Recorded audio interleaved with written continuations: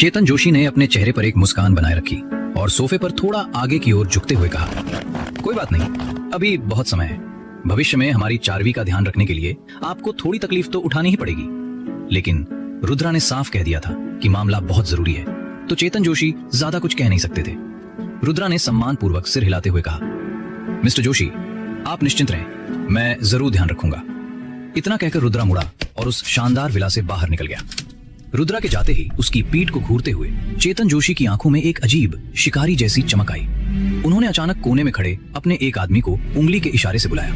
वो आदमी किसी परछाई की तरह तेजी से उनके पास आया और सिर झुकाकर हुक्म का इंतजार करने लगा। चेतन जोशी ने धीमी आवाज में कहा, पता लगाओ रुद्रा को ऐसा कौन सा जरूरी काम आ पड़ा है। मुझे इस आदमी के हर कदम की खबर चाहिए। चेतन जोशी का मन कह रहा था कि ये कोई मामूली बात नहीं है, ये जासूसी नहीं थी, ये जानकारी इकट्ठा करने की एक चाल थी ताकि वो अपनी बेटी को सही सलाह दे सकें। तभी सीढ़ियों से किसी के तेजी से उतरने की आहट सुनाई दी। वो कोई और नहीं बल्कि चारवी जोशी ही थी। चारवी तेजी से सीढ़ियां उतरकर नीचे आई और बोली, पापा, इस बार इतनी लंबी बात कैसे हो गई? मैं तो ऊपर बोर हो रही थी। अरे वो अंकल कहाँ हैं? जैसे ही उसकी नजर हॉल पर पड़ी, उसने पाया कि रुद्रा वहां नहीं है। ये देखकर चारवी मायूस हो गई और उसके चेहरे पर छाई खुशी एक पल में गायब हो गई। चेतन जोशी ने चारवी की ओर बेहद प्यार भरी नजरों से देखा। उन्होंने अपनी बेटी को इतने लंबे समय बाद किसी चीज के लिए इतना बेचैन और उत्सुक नहीं देखा था। उन्होंने कहा, रुद्रा को बहुत जरूरी काम था, इसलिए वो पहले ही चले गए, लेकिन वो तुम्हारे साथ हाइकिंग पर जाने के लिए मान गए हैं। चेतन जोशी ने मन ही मन सोचा, लगता है इस बार मामला इतना सीधा बिल्कुल भी नहीं। चारवी ने निराशा से कहा, अंकल बस ऐसे ही चले गए? पर क्या आप सच कह रहे हैं? अंकल मेरे साथ हाइकिंग पर जाने के लिए तैयार हो गए हैं। जब चारवी ने सुना कि रुद्रा जा चुका है तो उसके चेहरे पर निराशा साफ झलक रही थी। लेकिन जैसे ही उसने सुना कि रुद्रा उसके साथ हाइकिंग पर जाएगा, उसके चेहरे पर खिली खुशी छिपाए नहीं छिप रही थी। चेतन जोशी ने कहा, बिल्कुल बेटा, अब तुम जाओ और अच्छे से आराम करो। और हाँ, अगर भविष्य में स्कूल में कोई भी परेशानी हो तो तुम रुद्रा से मिलने जा सकती हो। ये कहते हुए चेतन जोशी के चेहरे पर खुशी की लहर दौड़ गई। उनकी बेटी का बर्ताव साफ दिखा रहा था कि वो रुद्रा की ओर आकर्षित है। चारवी ने खुशी से उछलते हुए कहा, आप चिंता मत करो पापा, अंकल इतने कमाल के हैं, मैं उनसे मिलने क्यों नहीं जाऊंगी। चारवी ये सुनकर खुशी से उछल पड़ी और वापस अपने कमरे की ओर चली गई। विला से बाहर जैसे ही रुद्रा अपनी कार स्टार्ट करने वाला था, उसका फोन बजा। स्क्रीन पर चमकता नाम देखकर उसकी धड़कनें तेज हो गईं। ये कृति का फोन था।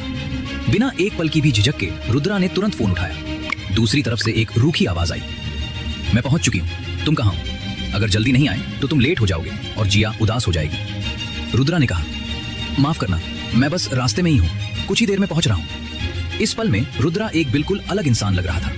वो रुद्रा जो कुछ मिनट पहले एक ताकतवर बिजनेसमैन के सामने चट्टान की तरह खड़ा था, अब एक आम पति की तरह घबराया हुआ था। कृति ने कहा, मैं उम्मीद करती हूँ कि तुम समय पर पहुंच जाओगे। मैं जिया को तुम्हारी वजह से कोई झूठी सफाई नहीं देना चाहती। इतना कहकर कृति ने फोन काट दिया। रुद्रा को स्थिति की गंभीरता का एहसास हो गया। उसने और देर करने की हिम्मत नहीं की और अपना फोन नीचे रखते हुए उसने एक्सेलरेटर पर पैर दबाया और एक पल में ही कार शहर की ओर दौड़ा दी। इस नजारे ने चेतन जोशी के उस आदमी को पूरी तरह से चौंका दिया जो उसका पीछा करने के लिए भेजा गया था। उसने उस कार को देखा जो अभी अभी स्टार्ट हुई थी और पलक झपकते ही धुआं छोड़ती हुई नजरों से ओझल हो गई। वो हैरानी से वहां खड़ा सोचता रहा, ये क्या था? ये गाड़ी चला रहा था या हवाई जहाज? रुद्रा की रफ्तार को देखकर उसे लगा कि अगर वो अपनी जान पर भी खेल जाए तो भी उसे पकड़ नहीं पाएगा। सौभाग्य से सड़क साफ थी और रुद्रा बिना किसी रुकावट के किंडरगार्टन के गेट पर पहुंच गया। गेट के पास पहुंचते ही उसकी आंखें सीधे कृति पर जा टिकी।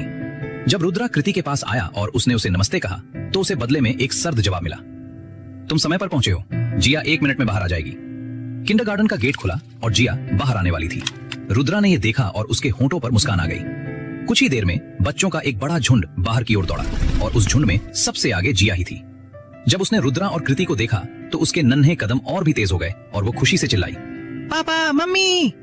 जिया को अपनी ओर दौड़ते देख रुद्रा स्वाभाविक रूप से घुटनों के बल बैठ गया, अपनी बाहें खोली। जिया बिना किसी हिचकिचाहट के रुद्रा की बाहों में समा गई और खुशी से चिल्लाई, ये पापा आज मुझे लेने आए हैं।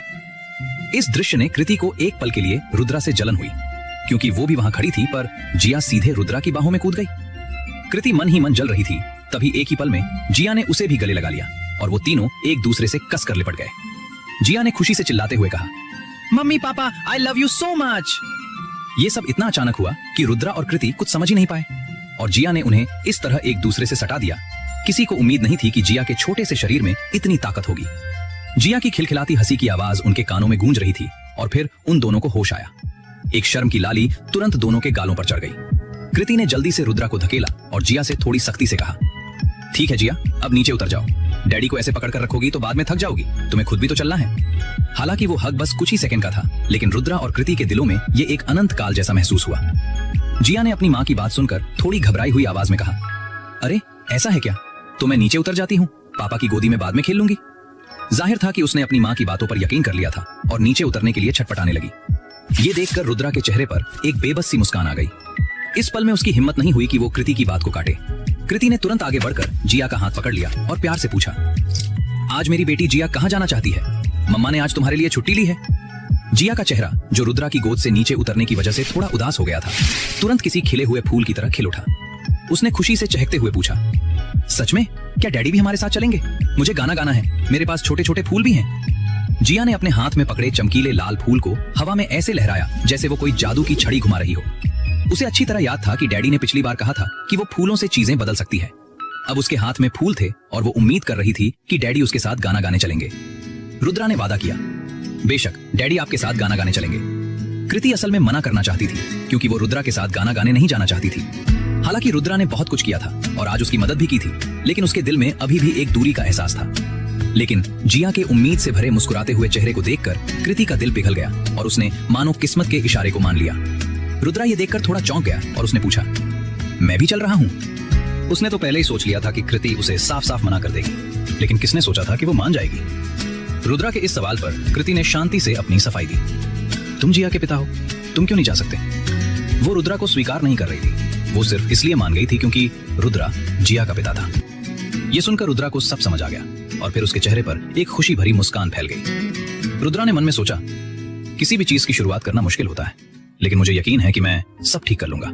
मैं अपने हिस्से की सारी गलतियां सुधारूंगा और कृति और जिया को उनकी बाकी की जिंदगी के लिए वो हर खुशी दूंगा जिसकी वो हकदार हैं। जिया गाना गाने की रट लगाई हुई थी और उसने अपने प्यारे छोटे फूल भी निकाल लिए थे। इसलिए कृति, रुद्रा और जिया को एक ऐसे कराओके रेस्टोरेंट में ले गई जो जिया को सबसे ज्यादा पसंद था। जिया को यहाँ मजा आता था और यहाँ का खर्च भी कृति के लिए वाजिब था। अभी दोपहर के कुछ ही समय बाद का वक्त था और वहाँ कस्टमर नहीं थे और बहुत सारे टेबल्स खाली थे। और जैसे ही रुद्रा और बाकी दोनों कमरे की ओर जा रहे थे, उनकी परछाई गलती से टॉयलेट से बाहर निकले एक लड़के को दिख गई। ये लोकेश वर्मा था। स्कूल की सबसे खूबसूरत लड़की से फिर से इनकार मिलने की वजह से और रुद्रा की ताकत के सामने खुद को लाचार पाकर वो अपने उदास मन को बहलाने के लिए कुछ मौज मस्ती करने बाहर आया था। लेकिन उसने सपने में भी उम्मीद नहीं की थी कि टॉयलेट से बाहर निकलते ही उसकी नजर रुद्रा पर पड़ जाएगी। हालांकि उसने सिर्फ रुद्रा की पीठ देखी थी और वो पूरी तरह से पक्का नहीं था। इसके अलावा रुद्रा के बगल में एक औरत और एक बच्ची भी थी जो थोड़ा अजीब थे। लोकेश ने शक में चिल्लाते हुए कहा, रुद्रा? दिल में उठे शक ने उसे बिना सोचे समझे चिल्लाने पर मजबूर कर दिया। रुद्रा टेबल पर बैठने ही वाला था, लेकिन अचानक आई इस आवाज ने तीनों को मुड़कर देखने पर मजबूर कर दिया। उन्हें लगा यहाँ रुद्रा का नाम कौन पुकार रहा है। रुद्रा ने इस शख्स को एक ही बार में पहचान लिया, लोकेश वर्मा, 4वीं जोशी का दीवाना, एक ऐसा नौजवान जिसे जमीन आसमान का फर्क नहीं पता था। जैसे ही रुद्रा मुड़ा, लोकेश वर्मा के मन का शक यकीन में बदल गया। लेकिन उसे और भी ज्यादा हैरानी इस बात की हुई कि डायरेक्टर कृति असल में रुद्रा के साथ थी और उनके बगल में एक छोटी लड़की भी थी। लोकेश ने हैरानी से चिल्लाते हुए कहा, डायरेक्टर कृति, रुद्रा, तुम दोनों एक साथ? और ये बच्ची किसकी है? ये सुनकर रुद्रा थोड़ा चौंक गया। उसने उम्मीद नहीं की थी कि वो यहाँ लोकेश वर्मा से मिल जाएगा और वो उसे कृति के साथ देख लेगा। रुद्रा को किसी बात का डर नहीं था, उसे बस इस बात की चिंता थी कि ये लड़का उसकी वजह से कृति के बारे में पीठ पीछे बुरी बातें कहेगा जो अच्छा नहीं होगा। कृति ने रुद्रा की तरफ देखा क्योंकि वो भी थोड़ी चिंतित थी। उसे उम्मीद नहीं थी कि यहाँ स्कूल के स्टूडेंट मिल जाएंगे। हालांकि इन सालों में उसे गॉसिप की आदत हो गई थी, लेकिन अगर इससे बचा जा सकता तो बेहतर था। रुद्रा ने कृति से नरमी से कहा, मैं इस शख्स को जानता हूँ, तुम लोग पहले बैठ जाओ। ये इशारा करते हुए कि उसे चिंता करने की जरूरत नहीं है, वो इसे संभाल लेगा। शायद ये रुद्रा का वही आत्मविश्वास था जो उसने कई बार दिखाया था कि कृति ने इस बार कोई सवाल नहीं किया और जिया को लेकर वो अपने टेबल की ओर चली गई। कृति को अब रुद्रा पर थोड़ा और भरोसा होने लगा था।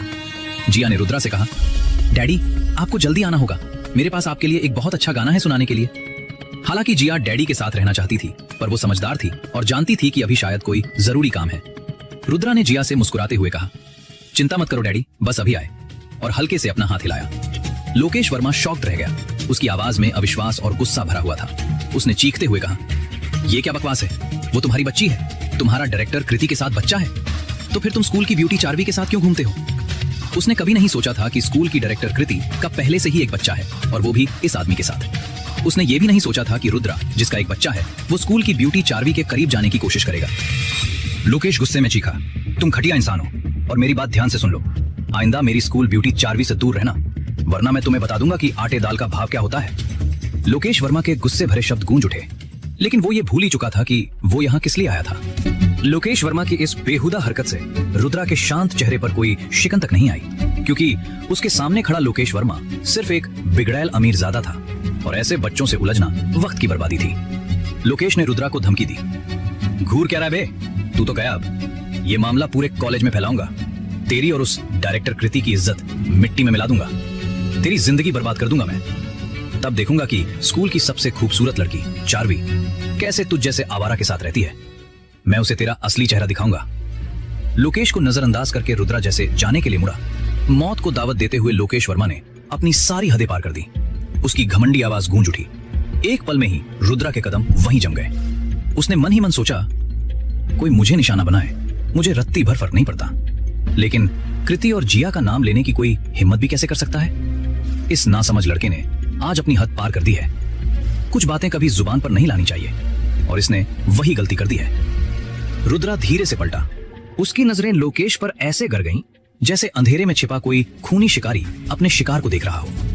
अगले ही पल रुद्रा बिजली की तेजी से लोकेश के सामने पहुंच गया। उसने अपना हाथ बढ़ाया और लोकेश के कंधे पर रख दिया। इससे पहले कि लोकेश कुछ समझ पाता या कोई प्रतिक्रिया दे पाता, एक जानी पहचानी और दिल दहला देने वाली हड्डी टूटने की आवाज गूंजी। लोकेश की चीख गले में ही अटक गई और बस एक बंधी हुई आवाज निकली, आह, मेरा हाथ, मेरा हाथ। रुद्रा ने बस हल्के से उसकी कलाई मरोड़ी थी और लोकेश का हाथ एक अजीब से एंगल में उसकी पीठ के पीछे मुड़ गया था। कंधे का जोड़ अपनी जगह से खिसक चुका था और उसका बेइंतहा दर्द तुरंत उसके पूरे जिस्म में बिजली की तरह फैल गया।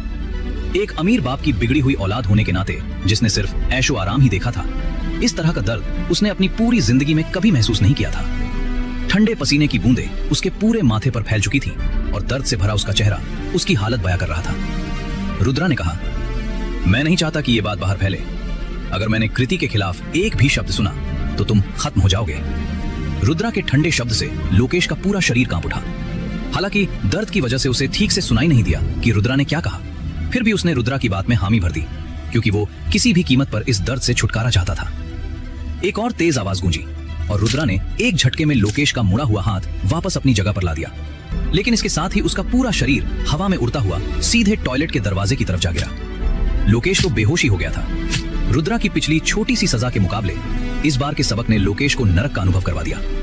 पता नहीं कितना वक्त बीता, लेकिन लोकेश धीरे धीरे दर्द से उबरने लगा और उसका कमजोर शरीर थोड़ा हिलने डुलने लगा। नफरत, गुस्सा, डर, कई तरह की उलझी हुई भावनाएं लोकेश की आंखों में एक साथ उभर आईं और आपस में टकराने लगी। लेकिन आखिर में सिर्फ एक ही चीज बची, गुस्सा और नफरत। हाँ, इस घटना के बाद भी लोकेश को अपनी गलती का कोई पछतावा नहीं था, बल्कि रुद्रा के लिए उसकी नफरत और भी गहरी हो गई थी। उसने मन ही मन सोचा, मैं लोकेश वर्मा, और मुझे इस मामूली से दिखने वाले आदमी ने ऐसे मारा जैसे मैं कोई कीड़ा मकोड़ा हूं। तेरी हिम्मत कैसे हुई? तुझे इसकी कीमत चुकानी होगी। लोकेश के चेहरे पर एक वहशीपन उभर आया और उसी पल उसने अपने दिल में एक फैसला कर लिया था। वो रुद्रा से अपनी इस बेइज्जती का बदला लेकर रहेगा और वो रुद्रा को अपने घुटनों पर गिराकर माफी मांगने पर मजबूर कर देगा। सबसे अच्छा तो ये होगा कि रुद्रा अपनी बाकी की जिंदगी हॉस्पिटल में बिस्तर पर पड़ा रहे। अनजाने में ही एक खतरनाक प्लान उसके दिमाग में चलने लगा। वो धीरे धीरे खड़ा हुआ और अपने टेबल की ओर बढ़ने लगा, जो वहां के एक परमिट रूम में बुक किया गया था। आज वो यहाँ अकेले मौज मस्ती करने नहीं आया था, बल्कि उस प्राइवेट कमरे में एक बहुत बड़ा आदमी मौजूद था जो उसकी मदद कर सकता था। जब लोकेश उस परमिट रूम में दाखिल हुआ तो उसकी आंखों के सामने एक शानदार नजारा फैल गया। कमरे के अंदर आरामदायक सोफे पर एक हट्टा कट्टा खुरदुरे चेहरे वाला अधेड़ उम्र का आदमी बैठा था। उसकी मोटी गर्दन पर बना घाव का गहरा निशान था। उसके चारों ओर कई औरतें लिपटी हुई थी और लगातार उस अधेड़ आदमी के इर्द गिर्द घूम रही थी। जैसे ही लोकेश अंदर आया, सोफे पर बैठे उस गुंडे जैसे दिखने वाले आदमी ने तुरंत अपने सामने लिपटी दो औरतों को धकेल दिया और गहरी आवाज में कहा, क्या हुआ छोटे साहब? मैं देख रहा हूँ कि आपका चेहरा कुछ उतरा हुआ है। कहीं ऐसा तो नहीं कि मेरे यहाँ की औरतें आपको संतुष्ट नहीं कर पा रही हैं? लोकेश ने जवाब दिया, नहीं नहीं, ऐसी कोई बात नहीं है। हालांकि मुझे कम उम्र की लड़कियों के साथ खेलना ज्यादा पसंद है, लेकिन मैच्योर औरतों का साथ भी मुझे खुशी देता है। इस वक्त उसके चेहरे पर आखिरकार एक शैतानी मुस्कान उभर आई उसने मन में ठान लिया था कि अभी अभी जो हुआ उसका बदला वो 100 गुना ज्यादा लेगा। लोकेश ने निराशा भरे लहजे में कहा, टोनी भाई, मैं यहाँ इतनी बार आया हूँ और इतना पैसा भी खर्च किया है, लेकिन आज तक एक भी ऐसी खूबसूरत लड़की नहीं देखी जो दिल में उतर जाए। ये तो बहुत दुख की बात है। लोकेश एक हाथ से अपनी बाहों में लिपटी औरत के साथ खेलता रहा और दूसरे हाथ से ऐसे निराशा जाहिर की जैसे उसकी सामने बैठी औरतों में कोई दिलचस्पी ही नहीं बची थी, क्योंकि वहां मौजूद लड़कियों में कोई भी कम उम्र और जवान लड़की नहीं थी, बल्कि सभी मैच्योर औरतें थी। टोनी भाई ने यह सुना तो उसके चेहरे पर फौरन एक नाराजगी उभर आई। उसने कहा, छोटे साहब, ये तो गलत बात है। मैच्योर औरतों जैसी खूबसूरती कहीं और नहीं मिलती। ये सब तो मैंने बड़ी मेहनत से अपने कलेक्शन में जमा की है। क्या ये आपको संतुष्ट करने के लिए काफी नहीं है? हालांकि जब उसे याद आया कि लोकेश उसका एक बड़ा कस्टमर है, तो वो अपना गुस्सा पीकर ही उसे समझा सका। लोकेश ने एक नकली आह भरते हुए कहा, हे भगवान, पहले मैं भी ऐसा ही सोचता था, लेकिन जब से मैंने अभी अभी बाहर एक औरत को देखा है, मुझे एहसास हुआ। खैर छोड़ो भी, जाने दो, मैं इस बारे में बात नहीं करना चाहता। आज मेरा मूड वैसे भी खराब है। ये कहते हुए उसने अपनी बाहों में लिपटी औरत को भी खुद से दूर कर दिया और चेहरे पर एक नफरत का भाव ले आया, जैसे उसे उस औरत से घिन आ रही हो। टोनी ने यह नजारा देखा तो उसके दिल में उठता गुस्सा अब काबू से बाहर हो गया। वो फौरन खड़ा हो गया और लोकेश को घूरने लगा। उसकी आवाज में धमकी साफ थी, छोटे साहब, ये ठीक नहीं है। जो भी बात है साफ साफ कहो। तुमने किसे देख लिया? मेरे कलेक्शन में क्या खराबी है? अगर आज लोकेश ने उसे कोई वाजिब वजह नहीं बताई तो मेहमान होने के बावजूद उसकी खैर नहीं थी। उस हट्टे कट्टे पहाड़ जैसे आदमी को गुस्से में अपनी जगह से खड़ा होते देख लोकेश वर्मा के दिल में मजाक का एक भाव आया। जब से वो अंदर आया था तब से जो कुछ भी हुआ था वो लोकेश वर्मा का टोनी के लिए बिछाया गया एक खास जाल था। जैसा कि उसने सोचा था, उसके सामने खड़ा ये बड़ा सा मोटे दिमाग का आदमी उसमें पूरी तरह से फंस चुका था। लोकेश वर्मा ने अपने होठों पर जीत की एक मुस्कान दबाते हुए टोनी से शांति से कहा, टोनी भाई, नाराज मत होइए। अरे मैं अभी भी कर सकता हूँ, ऐसी क्या बात है? फिर वो थोड़ा नाटक करते हुए आगे झुककर बोला, दरअसल अभी मैंने एक जवान औरत को देखा, इतनी खूबसूरत, अरे यहाँ मौजूद इन सब औरतों से कहीं ज्यादा खूबसूरत। उसे देखने के बाद तो मेरी इन सब में दिलचस्पी ही खत्म हो गई। लोकेश वर्मा के चेहरे पर यादों की एक झलक दिखाई दी और एक वासना से भरा भाव साफ नजर आ रहा था। उसे यकीन था कि उसकी ये एक्टिंग टोनी को जरूर दिलचस्प लगेगी। इसके अलावा कृति का फिगर और रूप रंग वाकई उसे कल्पना करने पर मजबूर कर रहा था। उसने मन ही मन सोचा, अगर आज सच में मौका मिल गया तो उसे चखने में कोई हर्ज नहीं होगा। वैसे भी अंत में भुगतना तो रुद्रा को ही पड़ेगा। ये सोचकर वो मन ही मन शैतानी हंसी हंसा। टोनी ने उत्सुकता से पूछा, कौन है वो और कहां है? जैसा कि उम्मीद थी, जैसे ही लोकेश वर्मा ने ऐसे हाव भाव दिखाए, टोनी का पिछला गुस्से वाला चेहरा तुरंत बदल गया। जवान औरतों के लिए, खासकर उस तरह की औरतों के लिए जो सबसे अलग और क्लासी हों, टोनी के दिल में एक गहरा जुनून था। उसका मानना था कि औरतों के साथ खेलने का मजा तभी है जब वो मैच्योर और चार्मिंग हो। लोकेश वर्मा ने टोनी को बड़े जोश से बताया, मैं उस औरत को जानता हूँ। हमारे स्कूल में एक छोटी सी डायरेक्टर है, कोई बैकग्राउंड नहीं है। आपके लिए बिल्कुल सही है टोनी भाई। और सुना है कि वो लंबे समय से अकेली है। अगर वो आपको मिल गई टोनी भाई, तो आप सच में हर रात मजे ले सकते हैं। वो इतने जोश में बता रहा था कि अनजाने में वो खुद भी थोड़ा उत्तेजित हो गया था। पता नहीं ये लोकेश वर्मा की बातों का असर था या टोनी अपने सामने मौजूद लोगों से थक चुका था। वो तेजी से लोकेश वर्मा के पास आया, उसे जोर से एक थपकी दी और एक्साइटेड होकर बोला, छोटे साहब, मुझे उसके बारे में जानना है। जल्दी कर, मुझे वहां ले चल।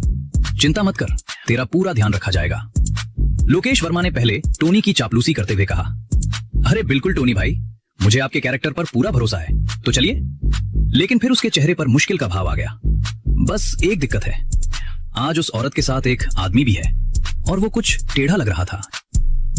टोनी ने कहा, मैं परवाह नहीं करता वो कौन है, आज मुझे कोई नहीं रोक सकता। कोई मामूली लौंडा होगा, देखता हूं बाद में उसका क्या करता हूं। यह सुनकर लोकेश वर्मा का चेहरा अब खुशी से भर गया था और वो दिल खोलकर हंसते हुए टोनी के लिए रास्ता बनाने लगा और बोला, जब टोनी भाई ने ऐसा कह दिया तो मैं तो हुक्म मानूंगा। टोनी भाई प्लीज इस तरफ से मेरे साथ आइए। इस पल लोकेश वर्मा के दिमाग में रुद्रा को बुरी तरह से सबक सिखाने का नजारा पहले ही आ चुका था। उसने मन में सोचा, एक मामूली कमीने ने मुझसे पंगा लिया, देख मैं तेरा क्या हाल करता हूं।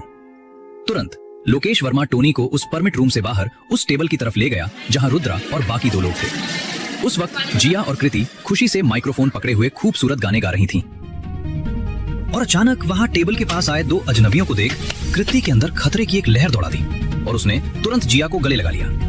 कृति ने बहुत सतर्कता से पूछा, कौन है आप लोग, यहाँ क्या कर रहे हैं? उसका शरीर अनजाने में रुद्रा की तरफ झुक रहा था। रुद्रा भी बिना किसी हिचकिचाहट के कृति और जिया के पास आ गया और शांति से उन दो लोगों को देखा जो वहां आए थे। एक तो लोकेश वर्मा था, जिसे उसने अभी अभी सबक सिखाया था, और दूसरे शख्स के बारे में उसे नहीं पता था कि वो कौन है। लेकिन आने वाला शख्स यकीनन अच्छे इरादे से नहीं आया था, क्योंकि उसकी आंखों में जलती हुई हवस ने रुद्रा को घिन महसूस कराई।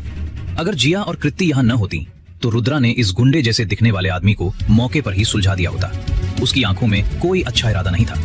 जिया ने कृति की गोद में डरते हुए पूछा, मम्मी, पापा, ये कौन है? अचानक सामने आए दो अंकल ने उसे डरा दिया था।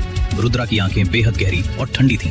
उसने कहा, यहाँ से निकल जाओ। उसके परिवार की शांति भंग करना मौत को दावत देने जैसा था। लेकिन सामने वाला शख्स यानी टोनी रुद्रा की गहरी नजर को पूरी तरह से नजरअंदाज कर चुका था और मुस्कुराते हुए लोकेश वर्मा से बोला, सच में एक नंबर की चीज है छोटे साहब, मैं जानता था आपकी नजर गलत नहीं हो सकती। ये सुनकर लोकेश वर्मा ने कुछ नहीं कहा, बस रुद्रा को एक गहरी नाराज नजर से देखा। वो उसे बता रहा था कि वो वापस आ गया है और इस बार उसके साथ मदद है। उस पर हाथ उठाने की हिम्मत की यही अंजाम होता है। कृति ने कामली कहा, प्लीज चले जाइए, वरना मैं किसी को बुला लूंगी। लेकिन उसकी आवाज में थोड़ी बेचैनी और कंपकपी थी। वो इस पल थोड़ा डर गई थी। दरवाजे पर खड़े शख्स की गर्दन पर बना टैटू का दाग सच में बहुत डरावना था। टोनी मौके पर ही जोर से हंस पड़ा और कहा, किसको बुलाएगी? ठीक है, मैं ही यहाँ का बॉस हूँ और इस रेस्टोरेंट में मेरा अपना परमिट रूम है। चुपचाप मेरी बात मानेगी या फिर सबके सामने तुझे अपना तमाशा बनाना है? टोनी बेशर्मी से बोलते हुए धीरे धीरे कृति की तरफ चलने लगा। हवस की आग में टोनी बिना सोचे समझे कृति की ओर बढ़ रहा था, मगर इससे पहले कि टोनी एक पूरा कदम भी आगे बढ़ा पाता, रुद्रा पलक झपकते ही उसके सामने आ गया। उसने एक तेज लात टोनी को और दूसरी लोकेश वर्मा को मारी। दोनों किसी गेंद की तरह हवा में उड़ते हुए दीवार से जा टकराए।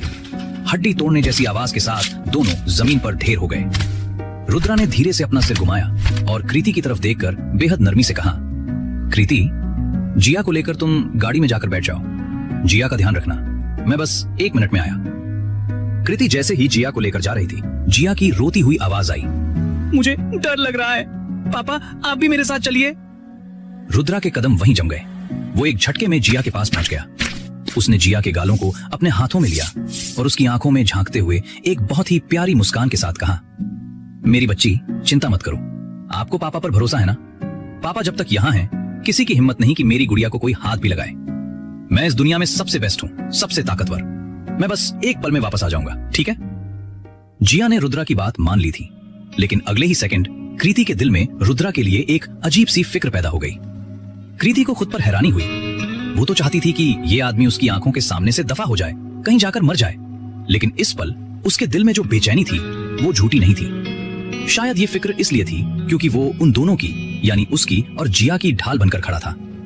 कृति ने उलझन में सोचते हुए रुद्रा को देखा। उसने मन ही मन सोचा, आखिर कैसा इंसान है ये मेरे सामने? एक पहेली जो सुलझने का नाम ही नहीं लेती। लोकेश और टोनी दोनों ही रुद्रा की मार से उभर रहे थे। तब कृति ने जाने से पहले रुद्रा से कहा, अपना ध्यान रखना, जिया को अभी भी एक पिता की जरूरत है। यह सुनकर रुद्रा के होठों पर एक मुस्कान दौड़ गई। हालांकि कृति ने अपनी फिक्र को छिपाने के लिए आखिरी जुमला जोड़ दिया था, लेकिन उसका इतना कह देना ही रुद्रा के लिए काफी था। उसे उम्मीद नहीं थी कि ये अनचाही मुसीबत उसे एक अनोखा तोहफा दे जाएगी। हालांकि इसका ये मतलब बिल्कुल नहीं था कि रुद्रा उन गुंडों पर कोई रहम करने वाला था। रुद्रा के चेहरे के भाव एक पल में बदल गए। कृति और जिया को गाड़ी में भेजने के बाद रुद्रा लोकेश और टोनी की ओर मुड़ा, लेकिन तब तक टोनी के आदमी वहां आ पहुंचे थे। एक गुंडा चिल्लाया, तू रुक वहीं, अरे सबके सब इधर आओ जल्दी। दूसरा गुंडा बोला, साले इस वक्त भी अकड़ दिखा रहा है, रुक जा, देखता हूं टोनी भाई आज तुझे कैसे जिंदा छोड़ते हैं।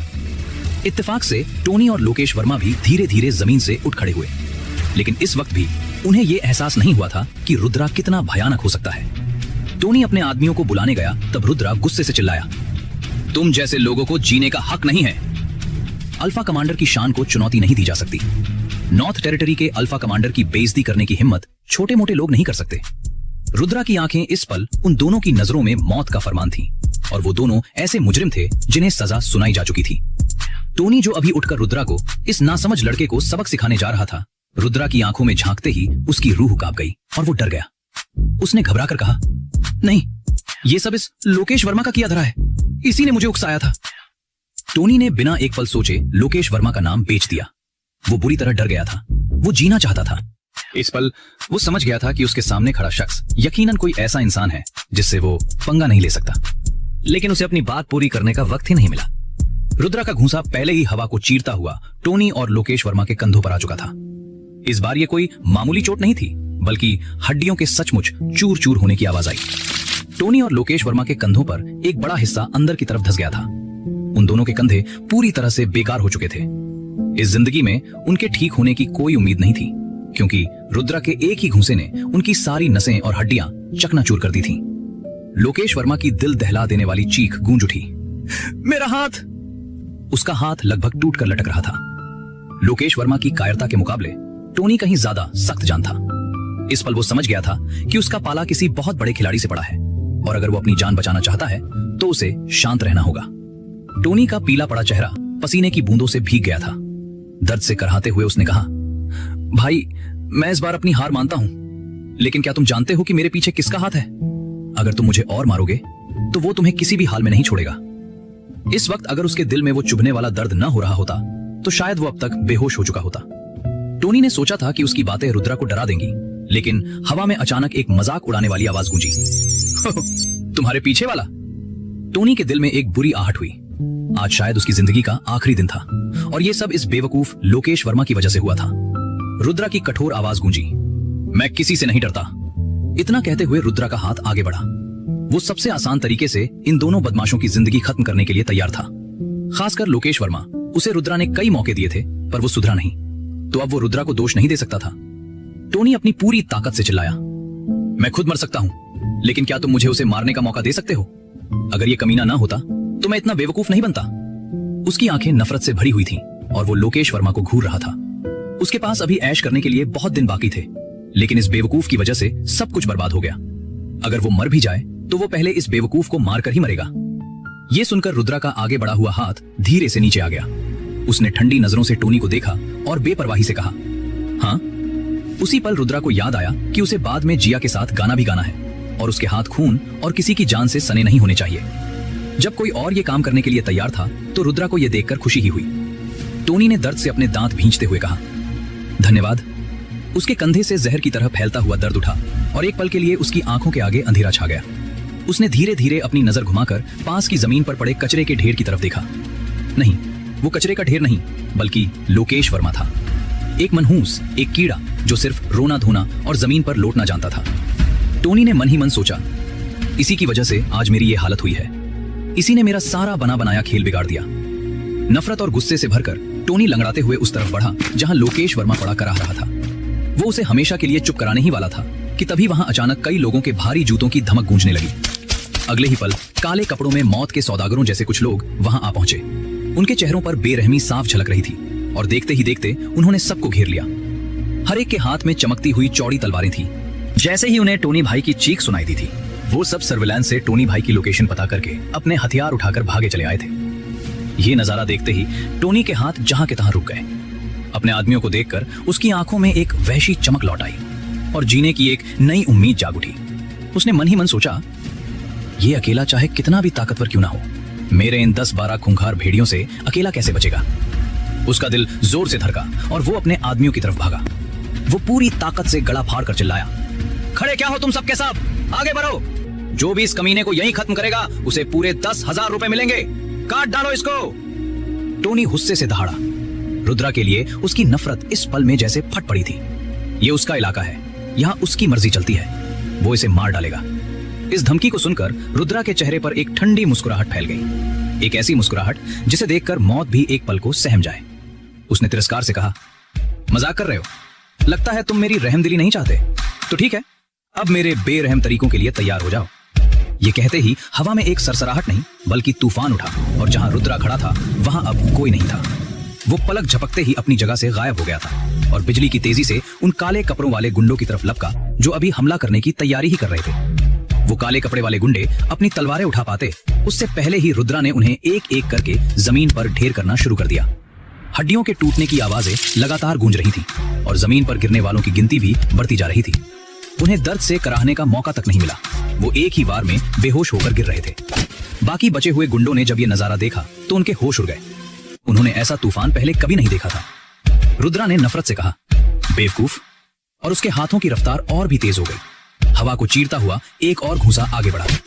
अचानक एक काली परछाई हवा में उड़ी और फिर जोरदार धमाके के साथ जमीन पर आ गिरी। उस आदमी की छाती की हड्डियों के टूटने की भयानक आवाज ने उन गुंडों के होश उड़ा दिए। जिस आदमी को रुद्रा ने घूंसा मारा था, उसकी छाती पूरी तरह से अंदर धंस चुकी थी, जैसे किसी ने मजबूत तिजोरी को कागज की तरह मोड़ दिया हो। उसका शरीर हल्का हल्का कांप रहा था। उन्होंने कभी किसी को इतना ताकतवर नहीं देखा था। वो सिर्फ तलवार चलाने वाले भाड़े के टट्टू थे, कोई मौत से लड़ने वाले योद्धा नहीं। उन्हें अपनी जान प्यारी थी और 10,000 रुपयों से कहीं ज्यादा कीमती थी। डर उनके अंदर घर कर गया था।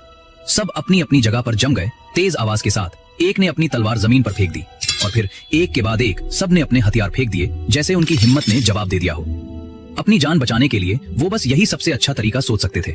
और टोनी, जो ये देखने के लिए रुका था कि रुद्रा को कैसे मारा जाता है, इस वक्त खौफ से फटी आंखों से उसे घूर रहा था। कुछ पल पहले का बादशाह अब एक भीगे हुए चूहे की तरह कांप रहा था। उसे समझ नहीं आ रहा था कि वो क्या करे। अपने आदमियों को हथियार फेंककर बेजान बुतों की तरह खड़ा देखकर उसे और भी डर लगने लगा। वो गुस्से और डर से कांपती आवाज में चिल्लाया, अरे कर क्या रहे हो तुम लोग? क्या इरादा है तुम्हारा? गद्दारी करोगे? मैंने इतने पैसे तुम लोगों को खिलाए हैं इसी दिन के लिए। लेकिन इससे पहले कि वो अपनी बात पूरी कर पाता, रुद्रा की तेज नजरें उसकी तरफ घूमी। वो खौफनाक और ठंडी निगाहें जैसे ही टोनी की आंखों से टकराईं, ऐसा लगा जैसे 2 बर्फीली गोलियां सीने में उतर गई हों। टोनी का पूरा शरीर कांप गया और वो धड़ाम से जमीन पर गिर पड़ा। इस पल टोनी के अंदर रुद्रा से लड़ने की सारी हिम्मत खत्म हो चुकी थी। उसने मन ही मन खुद को कोसा, मैंने इतनी बड़ी बेवकूफी क्यों की? वो जमीन पर घिसटते हुए पीछे हटने लगा और गिड़गिड़ाया, बड़े भाई साहब, मुझसे गलती हो गई, मुझे माफ कर दो। मैं आपका गुलाम बन जाऊंगा, बस मुझे बख्श दो। आपको जो भी चाहिए मैं आपको दे सकता हूँ। औरतें, पैसा, जो भी मेरे पास है मैं सब कुछ आपको दे दूंगा। प्लीज मुझे छोड़ दो। रुद्रा के चेहरे पर अचानक वही मुस्कान आई, एक ऐसी मुस्कान जिसे देखकर किसी की भी रूह कांप जाए। उसने ठंडे स्वर में कहा, जो मुझे चाहिए वो तुम दे नहीं सकते। फिर उसके पैर का हल्का सा इशारा हुआ और अगले ही पल वो तलवार हवा में उछली और मौत का वो चमकता हुआ टुकड़ा तेजी से घूमता हुआ टोनी की तरफ उड़ा। टोनी ने खौफ से अपनी आंखें बंद कर ली और अपना बचा हुआ एक हाथ आगे करके चिल्लाया, नहीं! लेकिन सब बेकार था। वो तेज धार वाली तलवार बिना किसी रुकावट के टोनी की हथेली को कागज की तरह चीरती हुई सीधे उसके गले में जा धंसी। खून धीरे धीरे बहने लगा और टोनी जमीन पर गिर गया।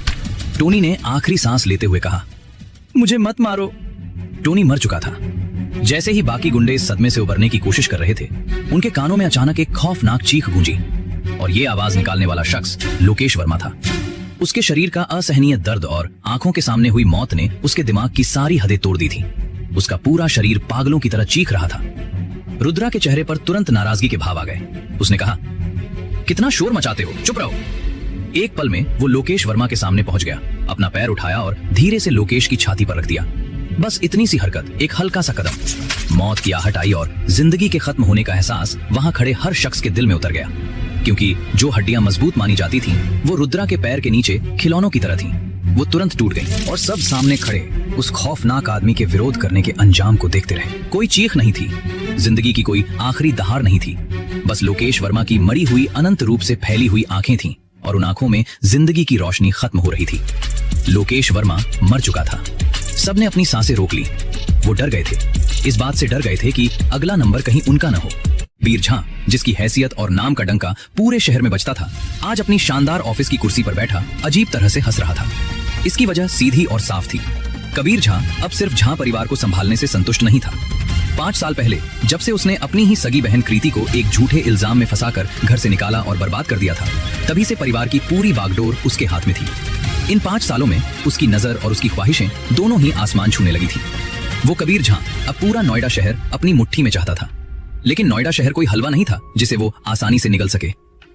यहाँ की सियासत और ताकत 3 हिस्सों में बटी हुई थी और इन सबके ऊपर एक और अटल पहाड़ खड़ा था, नोएडा शहर का सबसे अमीर आदमी चेतन जोशी। कबीर झा ने मन ही मन सोचा, ये सब के सब गिद्ध हैं, बस मेरे कमजोर होने के मौके की तलाश में रहते हैं। चेतन जोशी तो जैसे पहाड़ है, उसे हिलाना नामुमकिन सा लगता है। हम अकेले तो इनसे कभी नहीं जीत सकते। और तो और शहर के छोटे बड़े परिवार, वो तो ऐसे थे जैसे घास में छिपे हुए जहरीले सांप, जो बस आपके कमजोर पड़ने का इंतजार करते हैं। कबीर झा पिछले 1 साल से शहर के बाहर की बड़ी ताकतों से मदद पाने की पूरी कोशिश कर रहा था। पूरा 1 साल उसने दर दर की ठोकरें खाई, गिड़गिड़ाया, लेकिन हर दरवाजे से उसे सिर्फ निराशा और मायूसी ही हाथ लगी। कुछ दिनों पहले उसे आखिर एक मौका मिल ही गया। अवध के माथुर परिवार, जो वहां के बेताज बादशाह थे, कृति को हासिल करना चाहते थे। वही कृति जिसे झा परिवार से निकाल दिया गया था, और इस सौदे की कीमत थी झा परिवार को माथुर परिवार का पूरा समर्थन। जैसे ही कबीर को यह खबर मिली, उसकी खुशी का ठिकाना नहीं रहा। वो जोर जोर से हंसा। वाह, किस्मत हो तो ऐसी। जिस मौके को मैं 1 साल से दर दर भटक कर ढूंढ रहा था, वो मौका उस औरत के पास था जिसे मैंने खुद अपने हाथों से बर्बाद किया था। सच है, भगवान जब देता है तो छप्पर फाड़ कर देता है। कबीर झा को अपनी आंखों के सामने सब कुछ साफ नजर आने लगा। अवध के माथुर परिवार के समर्थन से वो पूरे नोएडा शहर को अपनी मुट्ठी में कर लेगा।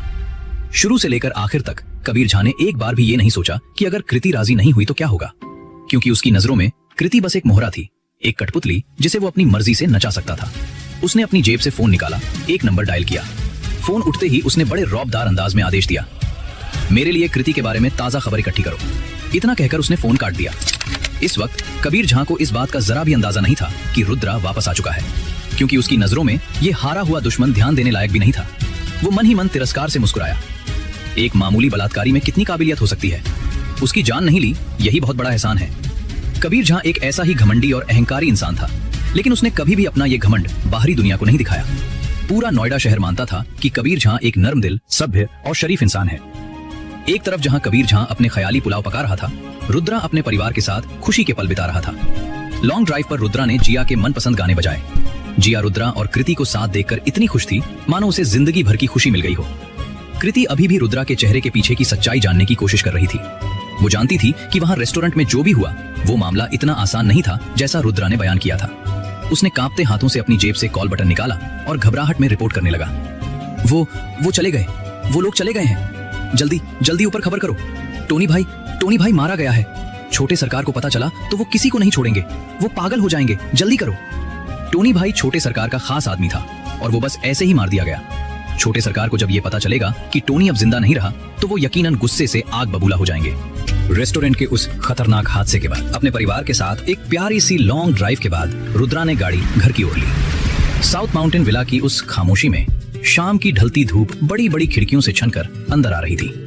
रुद्रा ने विला के विशाल गेट के अंदर आते ही गाड़ी की रफ्तार धीमी कर दी। एक लंबे थका देने वाले दिन के बाद जिया अपनी माँ की गोद में गहरी नींद में सो रही थी। रुद्रा ने मुस्कुराकर कृति को देखा और होंठों पर उंगली रखकर बेहद धीमे स्वर में इशारा किया। जिया सोते हुए कितनी क्यूट लगती है और नींद में भी ये ऐसे मुस्कुरा रही है मानो जैसे एक नन्ही परी हो। रुद्रा ने बड़े प्यार से जिया को अपनी गोद में उठा लिया। उसने कृति से कहा, मैं जिया को अंदर ले जाता हूँ, तुम भी थोड़ा आराम कर लो, दिन भर की भागदौड़ में थक गई होगी तुम। कृति बस कुछ पल तक रुद्रा की आंखों में देखती रह गई। उसकी पलकों के किनारे पर आंसू की एक बूंद चमक उठी, पर क्यों ये वो खुद भी नहीं समझ पा रही थी। उसने मन ही मन सोचा, काश ये पल यहीं हमेशा के लिए ठहर जाएं। ये वही आदमी था जिसे उसने 5 साल पहले अपनी जिंदगी से निकाल फेंका था, पर आज उसी आदमी को अपनी बेटी के लिए इतना फिक्रमंद देखकर उसे पहली बार लगा कि शायद रुद्रा सचमुच जिया के लिए एक अच्छा पिता बन सकता है। कृति ने चुपचाप सिर हिलाया और रुद्रा को अपनी बेटी को लेकर अंदर जाते हुए देखती रही। अचानक उसकी नजर दरवाजे की ओर गई और उसका दिल जोर से धड़क उठा। उसे याद आया कि सुबह की भागम भाग में उसने कई चीजें जैसे तैसे कमरे में ही छोड़ दी थी। कई निजी सामान जिन पर किसी की नजर नहीं पड़नी चाहिए थी, वो सब खुला पड़ा था। उसने मन में सोचा, अरे बाप रे, ये सब तो मैंने बाद में समेटने के लिए छोड़ा था, रुद्रा ने सब देख लिया तो। ये सोचते ही वो बुरी तरह हड़बड़ा गई। कृति लगभग दौड़ते हुए कमरे की ओर बढ़ी और चिल्लाई, रुद्रा! लेकिन उसके पहुंचने से पहले ही रुद्रा जिया को गोद में लिए कमरे का दरवाजा खोल चुका था। उसका एक पैर अंदर था और ये देखकर कृति की सांसें गले में ही अटक गईं। कृति ने फुसफुसाते हुए कहा, रुकिए, अभी अंदर मत जाइए। पर तब तक बहुत देर हो चुकी थी। रुद्रा एक कदम अंदर जाकर रुक गया और उसकी नजर पूरे कमरे पर घूम गई। एक जमाने में ये वही कमरा था जिसमें हर चीज उसकी पसंद से सजी थी, पर अब कमरे का माहौल पूरी तरह बदल चुका था। दीवारों पर प्यारे प्यारे कार्टून कैरेक्टर के स्टिकर चिपके थे। जगह जगह रंग बिरंगे खिलौने बिखरे हुए थे। हर चीज से एक मासूमियत झलक रही थी। उसने मन ही मन सोचा, ये कमरा तो सच में किसी गुड़िया के सपनों का घर लगता है। ये वही महक है जो कृति और जिया के होने पर कमरे में घुल जाती है। रुद्रा के होंठों पर एक हल्की मुस्कान तैर गई, पर अगले ही पल उसके चेहरे पर हैरानी फैल गई।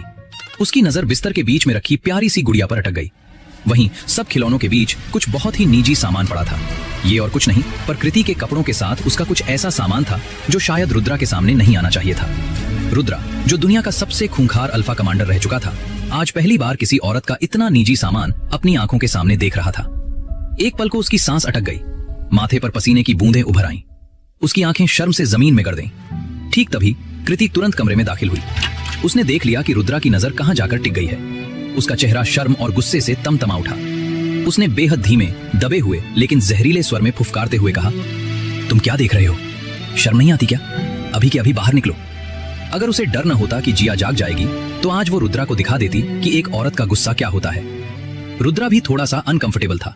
उसने फौरन अपनी नजरें हटाईं और जिया को अपनी छाती से और करीब करते हुए कहा, माफ कर दो, मेरा सच में ऐसा कोई इरादा नहीं था।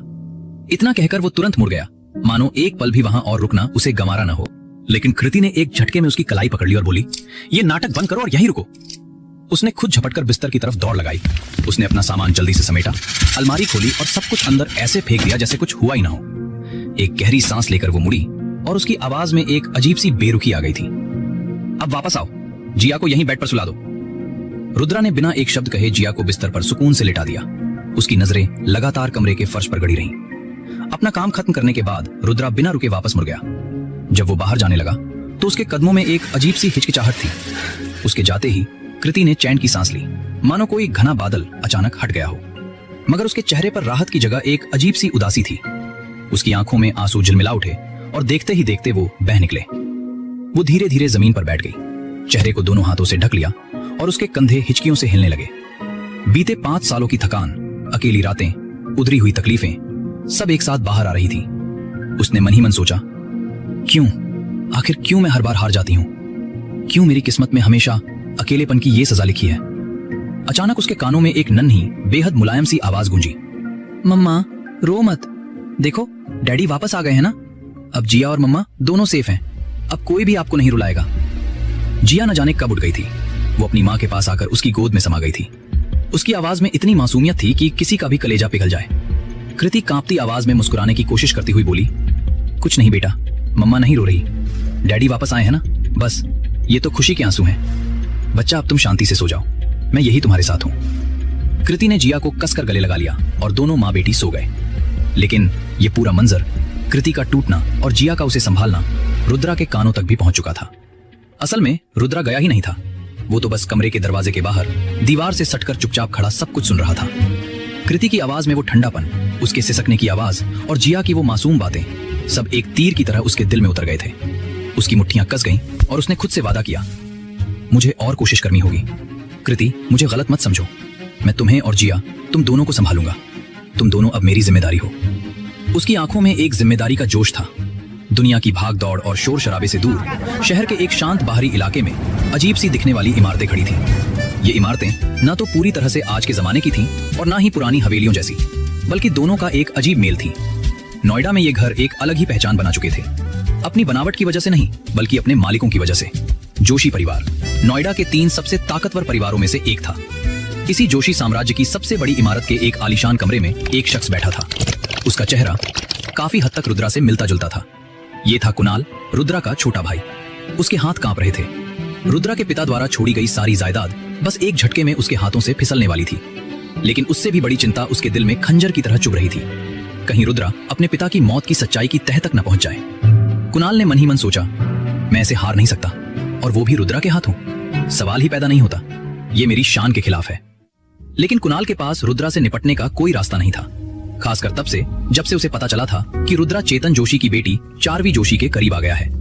लेकिन इसका मतलब ये नहीं था कि वो पूरी तरह लाचार हो गया था। उसे अपनी दूसरी पहचान नहीं भूलनी चाहिए थी, जोशी परिवार का होने वाला दामाद। आज वो किसी और के कंधे पर रखकर बंदूक चलाने वाला था। कुणाल इन्हीं ख्यालों में डूबा हुआ था कि तभी एक नौकर गर्म चाय की ट्रे लेकर आया और अदब से उसके सामने रख दी। नौकर ने सिर झुकाकर विनम्रता से कहा, छोटे मालिक, थोड़ा इंतजार करें, मिस इस समय अपने दोस्तों के साथ हैं। जैसे ही उन्हें पता चला कि आप आए हैं, वो फौरन वापस आ जाएंगी। कुणाल ने रौब जताते हुए कहा, मुझे पता है, तुम जाओ। नौकर ने अदब से सिर झुकाया और धीरे से पीछे हट गया। ठीक उसी पल कमरे का दरवाजा अचानक खुला और एक आलसी और नशीली आवाज गूंजी, कुणाल, तुम यहाँ आए और मुझे पहले से बताया तक नहीं? मैं तुम्हारे लिए अच्छे से तैयारी कर सकती थी। ये करीबी अंदाज और मदहोश कर देने वाला लहजा सुनते ही कुणाल के पूरे बदन में एक सिहरन सी दौड़ गई। उसने जल्दी से अपने कपड़े ठीक किए और आगे बढ़कर उसका स्वागत करने लगा। चित्रा, तुम वापस आ गई। मैं आज इत्तेफाक से फ्री था तो सोचा तुम्हें देख आऊं। तुम्हें एक दिन न देखूं तो लगता है सदियां बीत गईं। मैंने सुना है कि तुम, चित्रा, सच में दिन ब दिन और भी खूबसूरत होती जा रही हो। इस पल कुणाल की आंखें एक जलती हुई इच्छा से भरी थीं। वो अपनी होने वाली मंगेतर चित्रा जोशी को घूर रहा था। उसका पतला बदन उस खूबसूरत लंबी ड्रेस में कमाल का लग रहा था। लेकिन अफसोस की बात यह थी कि हालांकि चित्रा जोशी कुणाल की मंगेतर थी, उन दोनों के बीच का सबसे करीबी रिश्ता बस हाथ पकड़ने तक ही सीमित था। जोशी परिवार के पुश्तैनी नियमों के कारण शादी से पहले औरतों को मर्दों के साथ ज्यादा करीबी बनाने की इजाजत नहीं थी। चित्रा हल्का सा घूमी और उत्साह से उसका स्वागत कर रहे कुणाल से बचते हुए खुशी खुशी आकर सोफे पर बैठ गई। कुणाल का उसे गले लगाने का इरादा चकनाचूर हो गया। चित्रा ने कहा, कुणाल, मेरे पापा ने कहा था कि हम दोनों को शादी से पहले जितना हो सके कम मिलना चाहिए। मैं नहीं चाहती कि हमारी शादी में कोई अड़चन आए। कुणाल ने फौरन मासूमियत का नकाब ओढ़ लिया। उसकी आंखों में तारीफ भरी हुई थी। मैं तो बस तुम्हें देखने चला आया मेरी जान। पिछले कुछ दिनों से काम की वजह से मैं थोड़ा थक गया था, लेकिन अभी अभी जब मैंने तुम्हें देखा तो मुझे लगा जैसे मुझ में नई जान आ गई है। फिर अचानक उसकी बातों का रुख बदल गया और उसने बड़ी लापरवाही से एक ऐसा सवाल पूछा जिसने पूरी बातचीत का मतलब ही बदल दिया। वैसे तुम्हारा बटलर अब कैसे हैं? पिछली बार की घटना के बाद उनकी तबीयत कैसी है? अगर उस दिन तुम्हारे बटलर ने मुझे और मेरी मां को बचाया ना होता तो मैं सच में सोच भी नहीं सकता कि रुद्रा हमारे साथ क्या करता। यही तो कुणाल के आज यहां आने का असली मकसद था, किसी और के कंधे पर रखकर बंदूक चलाना और निशाना सीधा सिर पर लगाना। जोशी परिवार की बंदूक और रुद्रा का सिर। चित्रा ने बेफिक्री से जवाब दिया, चिंता मत करो, वो ठीक हैं, उन्हें बस थोड़ा आराम करने की जरूरत है। और फिर उसने एक तरह से परवाह दिखाने वाला रवैया अपनाते हुए पूछा, लेकिन कुणाल, तुम्हारे लहजे से लग रहा है कि रुद्रा तुम्हारे साथ कुछ करना चाहता है। तुम्हें कहीं चोट तो नहीं आई? कुणाल ने उसे तसल्ली दी। फिक्र मत करो चित्रा, मुझे कुछ नहीं होगा। मुझे अभी तुम्हें अपने घर भी तो ले जाना है। बस बात यह है कि हाल ही में रुद्रा लगता है चेतन जोशी के साथ मिल गया है। मुझे डर है कि वो लोग गोयंका ग्रुप के खिलाफ कोई कार्रवाई न कर दें, और मैं इस वक्त एक बड़े प्रोजेक्ट में बहुत बिजी हूं। कुणाल धीरे धीरे खड़ा हुआ और अपनी मंगेतर चित्रा जोशी से शांत भाव से कहा, लेकिन जब उसने रुद्रा का जिक्र किया तो उसके लहजे में गहरी चिंता उतर आई। अगर यह प्रोजेक्ट कामयाब हो गया तो गोयंका परिवार कई गुना आगे बढ़ जाएगा और फिर तुम, चित्रा, और भी शान से गोयंका परिवार में शामिल हो सकोगी। लेकिन मेरे भाई के मन में लगता है गोयंका परिवार को लेकर कुछ और ही ख्याल है। चित्रा ने फौरन चिंता जताते हुए कहा, यह कैसे हो सकता है? क्या रुद्रा एक बलात्कारी नहीं है? आखिर उसका इन सबसे क्या लेना देना? कुणाल ने एक लाचार भाई की तरह गहरी आह भरी। अफसोस, वो मेरा भाई जो ठहरा, क्या मैं उसका छोटा भाई होने के नाते उसके साथ लड़ाई कर सकता हूं? मैं सच में ऐसा नहीं कर सकता। लेकिन मुझे चिंता है कि अगर गोयंका ग्रुप उसके हाथों में चला गया तो वो बर्बाद हो जाएगा।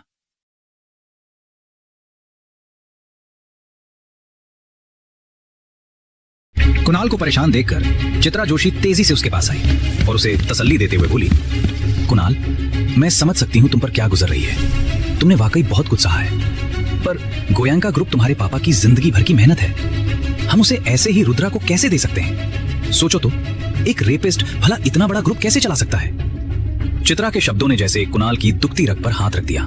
उसने दोनों हाथों से अपना सिर पकड़ लिया और कहा, लेकिन चित्रा, वो मेरा बड़ा भाई है, गोयंका फैमिली का सबसे बड़ा बेटा। ये सब तो उसी का होना चाहिए था, पर गोयंका ग्रुप उसके हाथों में हो या दिवालिया हो जाए, बात तो एक ही है। मैं बहुत कंफ्यूज्ड हूं, मुझे कुछ समझ नहीं आ रहा। चित्रा ने नरमी से अपना हाथ कुणाल के माथे पर रखते हुए कहा, शांत हो जाओ कुणाल, सब ठीक हो जाएगा। अभी इतनी जल्दी हार मानने की जरूरत नहीं है। मुझे पूरा यकीन है कि गोयंका ग्रुप तुम्हारा ही होगा। तुम वापस जाओ और अच्छे से आराम करो। कुणाल ने सिर उठाकर चित्रा को गहरी मोहब्बत भरी नजरों से देखा और बोला, चित्रा, तुम फिक्र मत करो, मैं कोई ना कोई रास्ता जरूर निकाल लूंगा। बस मुझे इस बात की चिंता है कि कहीं मेरा भाई चेतन जोशी और उन जैसे लोगों के हाथों की कठपुतली न बन जाए। छोड़ो, मैं तुम्हें इन बातों से परेशान नहीं करूंगा, मैं इसका हल निकाल लूंगा। कुणाल खड़ा हो गया और चित्रा को नरमी से देखते हुए कहा, चित्रा, तुमसे मिलने के बाद लगता है कि सारी मुश्किलें कुछ भी नहीं है। जब वक्त आएगा तो मैं तुमसे बहुत धूमधाम से शादी करूंगा। यह सुनकर चित्रा की आंखों में नरमी घुल गई। उसने शर्मा कर कहा, मैं तुम्हारा इंतजार करूंगी, तुम अभी अच्छे से आराम करो, याद रखना ज्यादा थकना मत।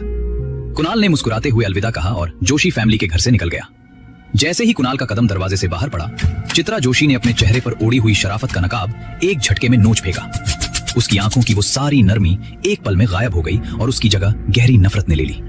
चित्रा ने नफरत भरी आवाज में कहा, मैंने तो सोचा था इसमें कुछ तो दम होगा, लेकिन उम्मीद नहीं थी कि एक मामूली सा रुद्रा इसे इतना बेबस कर देगा। सच में शर्मनाक है। तभी वो वेटर जो कुछ देर पहले कुणाल के लिए चाय लेकर आया था, किसी परछाई की तरह शांति से आगे बढ़ा और सिर झुकाकर बोला, मैडम, आप चिंता मत कीजिए, लेकिन ये जो रुद्रा है वो सच में एक मुसीबत है।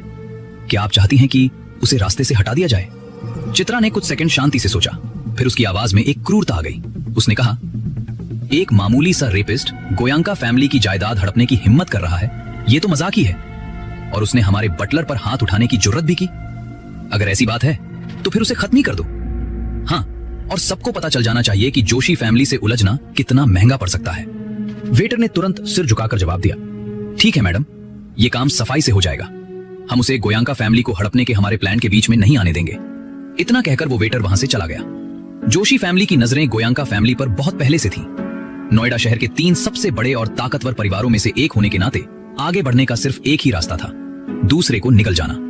गोयंका फैमिली, जिसकी ग्रोथ की बहुत पॉसिबिलिटीज थी, जोशी फैमिली की नजरों में चढ़ गई थी और इत्तेफाक से गोयंका फैमिली की कमान कुणाल जैसे एक बेवकूफ के हाथ में थी। ऐसे में जोशी फैमिली भला ये गोल्डन चांस कैसे छोड़ती? ये शादी का कॉन्ट्रैक्ट सिर्फ दिखावा था। हर चीज का सिर्फ एक ही मकसद था, पूरी गोयंका फैमिली को अपनी जेब में डालना।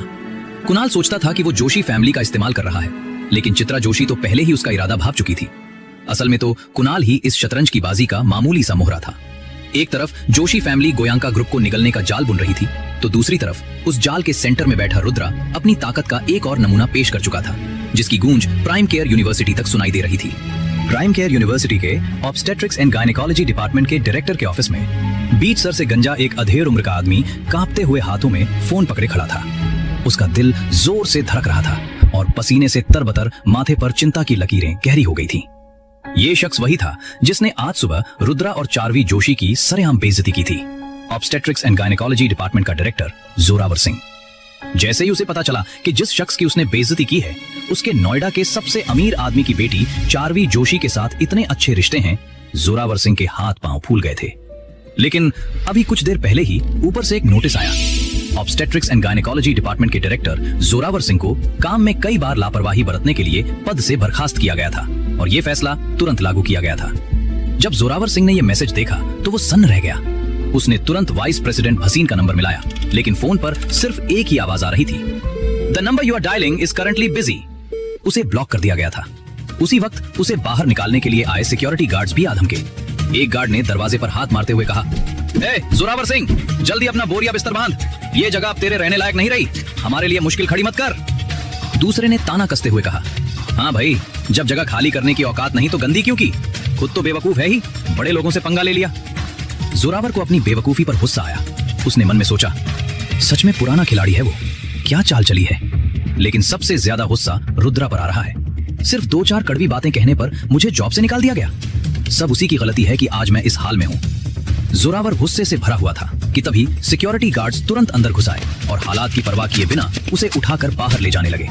जोरावर सिंह को स्कूल बिल्डिंग से बाहर फेंक दिया गया। जोरावर सिंह ने गुस्से से कहा, बस तुम लोग इंतजार करो, मैं तुम्हें इसकी कीमत चुकाने पर मजबूर कर दूंगा, वो घटिया रुद्रा। ये सुनकर जो सिक्योरिटी गार्ड्स जाने ही वाले थे वो उसकी बकवास सुनकर वापस मुड़े और जोरावर सिंह को ऐसी खूंखार नजरों से घूरने लगे मानो अभी कच्चा चबा जाएंगे। ये देखकर जोरावर सिंह की सारी हेकड़ी एक पल में हवा हो गई। वो बुरी तरह डर गया और हड़बड़ी में वहां से भाग गया। ठीक उसी पल स्कूल के गेट के बाहर आते जाते स्टूडेंट्स ने जोरावर सिंह को तुरंत पहचान लिया। उसकी ऐसी हालत देखकर चारों ओर से मजाक उड़ाने वाली आवाजें धीरे धीरे उठने लगी और भीड़ जमा होने लगी। एक स्टूडेंट ने मोबाइल निकालकर वीडियो बनाते हुए कहा, अरे जरा देखो तो, ये हमारे ऑब्स्टेट्रिक्स एंड गायनेकोलॉजी डिपार्टमेंट के महान डायरेक्टर साहब ही है ना, इनकी हालत तो देखो। क्या हुआ डायरेक्टर साहब, आज बड़े शांत लग रहे हो। उसकी बात सुनकर दूसरा स्टूडेंट हंसते हुए बोला, तुझे नहीं पता? अरे मैं बताता हूँ, इसने चारवी जोशी की इंसल्ट करने की हिम्मत की थी। देख, कल तक जिसमें घमंड कूट कूट कर भरा था, आज आखिरकार उसे उसके कर्मों का फल मिल ही गया। पास खड़ी एक छात्रा ने नफरत भरी आवाज में कहा, मैं तो कहती हूँ इस जैसे कचरे को तो बहुत पहले ही निकाल देना चाहिए था।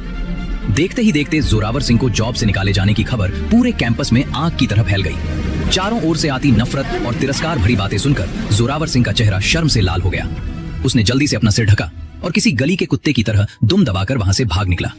एक तरफ जहां स्कूल के बाहर जोरावर सिंह की इज्जत का जनाजा निकल रहा था, वहीं दूसरी ओर साउथ माउंटेन विला में कृति और जिया मीठे सपनों में खोई हुई थीं और रुद्रा हॉल के बीचों बीच किसी पत्थर की मूरत की तरह खड़ा था। ईरा ने घबराहट में अपना माथा झुका लिया। उसका बेहद मजबूत दिल भी अपने अंदर डर की एक पतली सी लकीर महसूस कर रहा था और ये सब उसके सामने खड़ा अल्फा कमांडर रुद्रा की वजह से था। अभी अभी ईरा को एक ऐसी खबर मिली थी जो किसी भूचाल से कम नहीं थी। ये खबर अल्फा कमांडर के पिता की मौत के बारे में थी। जब से रुद्रा ने अपने सौतेले भाई कुणाल को अपनी बहन के साथ बुरा बर्ताव करते देखा था, तभी से उसके दिल में एक शक का बीज पनप गया था, अपने पिता की मौत के रहस्य को लेकर एक गहरा शक। आज ईरा उसी इन्वेस्टिगेशन के रिजल्ट लेकर रिपोर्ट करने आई थी। जवाब ठीक वैसा ही था जैसा रुद्रा ने अंदाजा लगाया था। रुद्रा का सबसे बड़ा और भयानक डर सच साबित हो गया था। रुद्रा का मन गुस्से और दुख के समंदर में डूब गया। उसने सोचा, पापा ने तो उनके साथ कभी कोई अन्याय नहीं किया था। शुरुआत में जब चारुलता की फैमिली गहरी मुसीबत में फंसी थी तो पिता ने ही पूरे दिल से उनकी हेल्प की थी, और कुणाल को तो उन्होंने बचपन से ही अपनी औलाद की तरह पाला था। लेकिन फिर इस एहसान का बदला ऐसा क्यों मिला? रुद्रा को हल्का सा चक्कर महसूस हुआ। जब हकीकत उसके सामने रखी गई तो उसने कभी नहीं सोचा था कि एक दिन ऐसा भी आएगा जब वो उसे एक्सेप्ट नहीं कर पाएगा। ये वो दर्द था जो किसी भी तोप के गोले या दुश्मन की गोली से कहीं ज्यादा गहरा था। एक ऐसा जख्म जो उसके शरीर पर नहीं, उसकी रूह पर लगा था। यहाँ तक कि जब नॉर्दर्न टेरिटरी में तोपों और गोलियों की बारिश हो रही थी तब भी रुद्रा का चेहरा इतना ही शांत था। रुद्रा ने कभी इन चीजों को दिल पर नहीं लिया था, लेकिन आज की खबर ने रुद्रा को अंदर तक बेचैन कर दिया था। ईरा ने अल्फा कमांडर की हालत देखी तो उसके दिल में दर्द और चिंता की एक लहर दौड़ गई। उसने हिम्मत जुटाई और धीमी आवाज में कहा, अल्फा कमांडर, ये सब सच है। वो आगे कुछ कहती उससे पहले रुद्रा ने उसे टोक दिया। रुद्रा ने बिना किसी भाव के सपाट चेहरे से कहा, उन लोगों को मेरे सामने लेकर आओ, मैं खुद उनसे सवाल जवाब करूंगा। बस ये शब्द कहकर वो वहां से चला गया। ये सुनकर ईरा अपनी जगह पर सन्न रह गई। अल्फा कमांडर खुद उनसे पूछताछ करना चाहते हैं। ये बताने के लिए काफी था कि अल्फा कमांडर कितने ज्यादा गुस्से में है। पिछली बार जब अल्फा कमांडर ने 1 साल पहले जब खुद एक्शन लिया था और सामने वाले की आइडेंटिटी किसी देश के जनरल की थी, ईरा ने मन में सोचा, अल्फा कमांडर का ऐसा गुस्सा मतलब अब असली तांडव शुरू होने वाला है। कुछ चीजों की तैयारी करने का वक्त आ गया है। ये सोचते ही ईरा की आंखों में उत्साह की खतरनाक चमक आ गई। अल्फा कमांडर वापस आ गए थे, उन्हें इतना शांत नहीं रहना चाहिए। प्राइम केयर को खून से रंग देना ही ईरा का शुरुआती विचार था। रुद्रा अकेले अटारी की सबसे ऊपरी मंजिल पर खड़ा था। उसकी नजरें दूर तक फैली हुई थीं और नोएडा शहर का जगमगाता नजारा उसकी आंखों में दिखाई दे रहा था। लेकिन रुद्रा के दिल में शांति का एक कतरा भी नहीं था। वो धीरे से फुसफुसाया, पापा, अगर मैं अपनी जान की परवाह किए बिना वापस आ गया होता तो शायद आप उनके हाथों नुकसान नहीं उठाते, है ना? आपके बेटे ने आपको डिसअपॉइंट किया है। बेटे ने ही पिता पर हमला किया। वो सच में इसकी कल्पना भी नहीं कर सकता था। इसने रुद्रा को सोचने पर मजबूर कर दिया कि अगर उसे फंसाया नहीं गया होता, अगर उसे जेल नहीं हुई होती तो क्या सब कुछ अलग होता? पर अब पछतावे के अलावा और कुछ नहीं बचा था। जो होना था हो चुका है, और रुद्रा चाहे कितना भी पावरफुल क्यों ना हो, वो गुजरे हुए वक्त को नहीं बदल सकता। वो बोल उठा, पापा, मैं घर की सफाई करूंगा। चारुलता और कुणाल, उनमें से कोई भी नहीं बच पाएगा। जिस किसी ने भी इस मामले में हिस्सा लिया था वो सब इसकी सजा भुगतेंगे। अचानक रुद्रा ने अपनी आंखें उठाई और इस पल उसकी आंखों में एक खूंखार भाव उभरा। उसे शहर लौटे हुए काफी टाइम हो गया था और खामोशी का ये समय थोड़ा लंबा हो गया था। लेकिन इसका मतलब ये नहीं था कि रुद्रा अपनी आइडेंटिटी भूल गया था। एक पीढ़ी का alpha commander, king of the northern territory था। जब अतीत को नहीं बदला जा सकता तो खून का बदला खून से होगा। उसने मन में दृढ़ निश्चय किया, चलो सब कुछ थोड़ा आसान बनाते हैं। इस मामले में शामिल सभी लोगों को कीमत चुकानी होगी, खून की कीमत। पापा, मैं उन सबको पछताने पर मजबूर कर दूंगा। रुद्रा को पता चल गया था कि उसके पापा की मौत के पीछे किसका हाथ था और उनसे बदला लेने की रुद्रा ने अपने मन में ठान ली थी। वहीं दूसरी ओर रुद्रा की मां चारुलता के फोन की रिंग बजी। फोन उठाते ही सामने से एक मर्द की आवाज आई, मेरी जान, मैं आ गया हूँ। मुझे अफसोस है कि मैं तुम्हारे बेटे के 50वें बर्थडे पर नहीं आ सका, लेकिन कोई बात नहीं, आज रात मैं अपना पूरा वक्त तुम्हें दूंगा मेरी डार्लिंग। ये कहते हुए वो आदमी जिसकी जवानी देख कोई भी लड़की फिसल पड़े, वो मुस्कुरा उठा। लेकिन उस मुस्कान के पीछे एक राज छुपा हुआ था। चारुलता ने सामने जवाब दिया, मैं जानती थी कि तुम मेरे लिए कुछ भी कर सकते हो डार्लिंग। वैसे आज रात मेरा बेटा घर नहीं आ रहा है। अगर तुम घर आ जाते तो मुझे बेहद खुशी होती। You know I love you my sweet heart. Charulata बिना अपनी उम्र का लिहाज किए अपने सालों पुराने एक मेल मॉडल के साथ फ्लर्ट कर रही थी। उस लड़के का नाम अरमान था।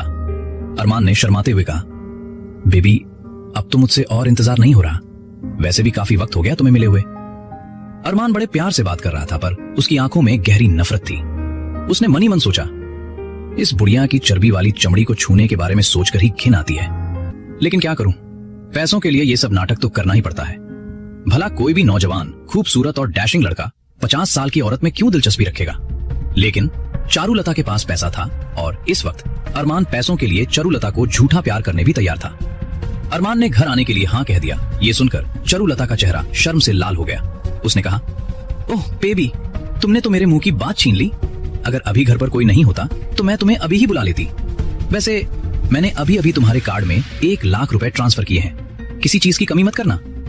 जैसे ही अरमान ने सुना कि चारुलता ने उसके कार्ड में 1 लाख रुपए ट्रांसफर किए हैं, उसने अपनी आवाज में और भी ज्यादा मिठास घोल दी। उसकी आंखों में एक पल के लिए लालच की चमक दौड़ गई। उसने चहक कर कहा, चारू, तुम मेरे लिए कितना सोचती हो डार्लिंग, पर सच कहूं तो इन सब की जरूरत नहीं थी। पर मैं तुम्हारे प्यार को ठुकरा के तुम्हें नाराज नहीं करना चाहता, इसलिए तुम्हारी ये मदद को प्यार से एक्सेप्ट करता हूं। बस मुझसे तो आज रात तक का इंतजार नहीं होगा।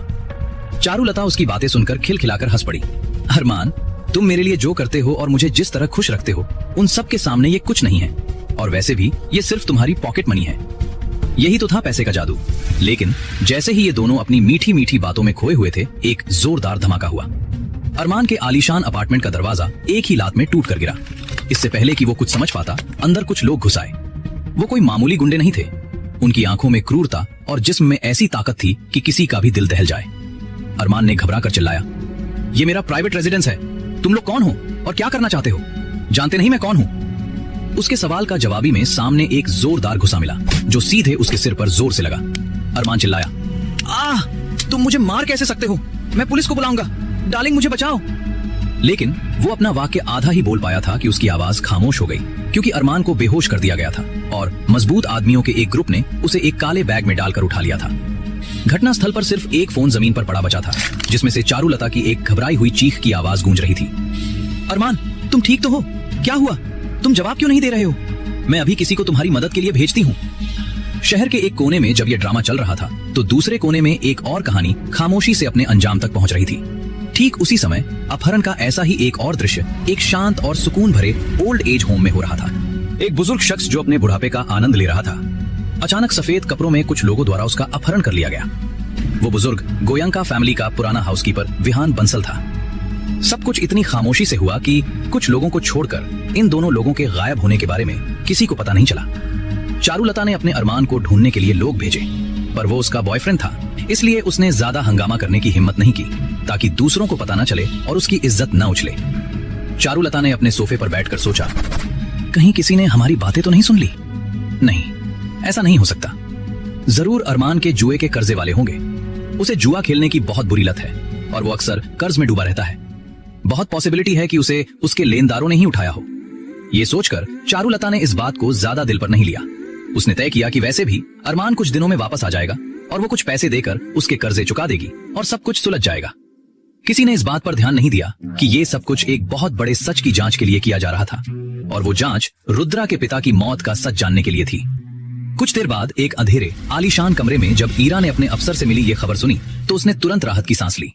फिर वो तेजी से रुद्रा के पास आई और कहा, अल्फा कमांडर, लोग पकड़ लिए गए हैं और गौरव सैनी की निगरानी में है। वो जानती थी कि यह मामला अल्फा कमांडर के दिल में एक कांटे की तरह चुभ गया था और इसे गंभीरता से लेना ही होगा। यही वजह थी कि गौरव सैनी को उन पर नजर रखने के लिए भेजा गया था। रुद्रा ने धीरे धीरे अपनी आंखें खोली और शांति से पूछा, क्या किसी को पता जाता है चलता है?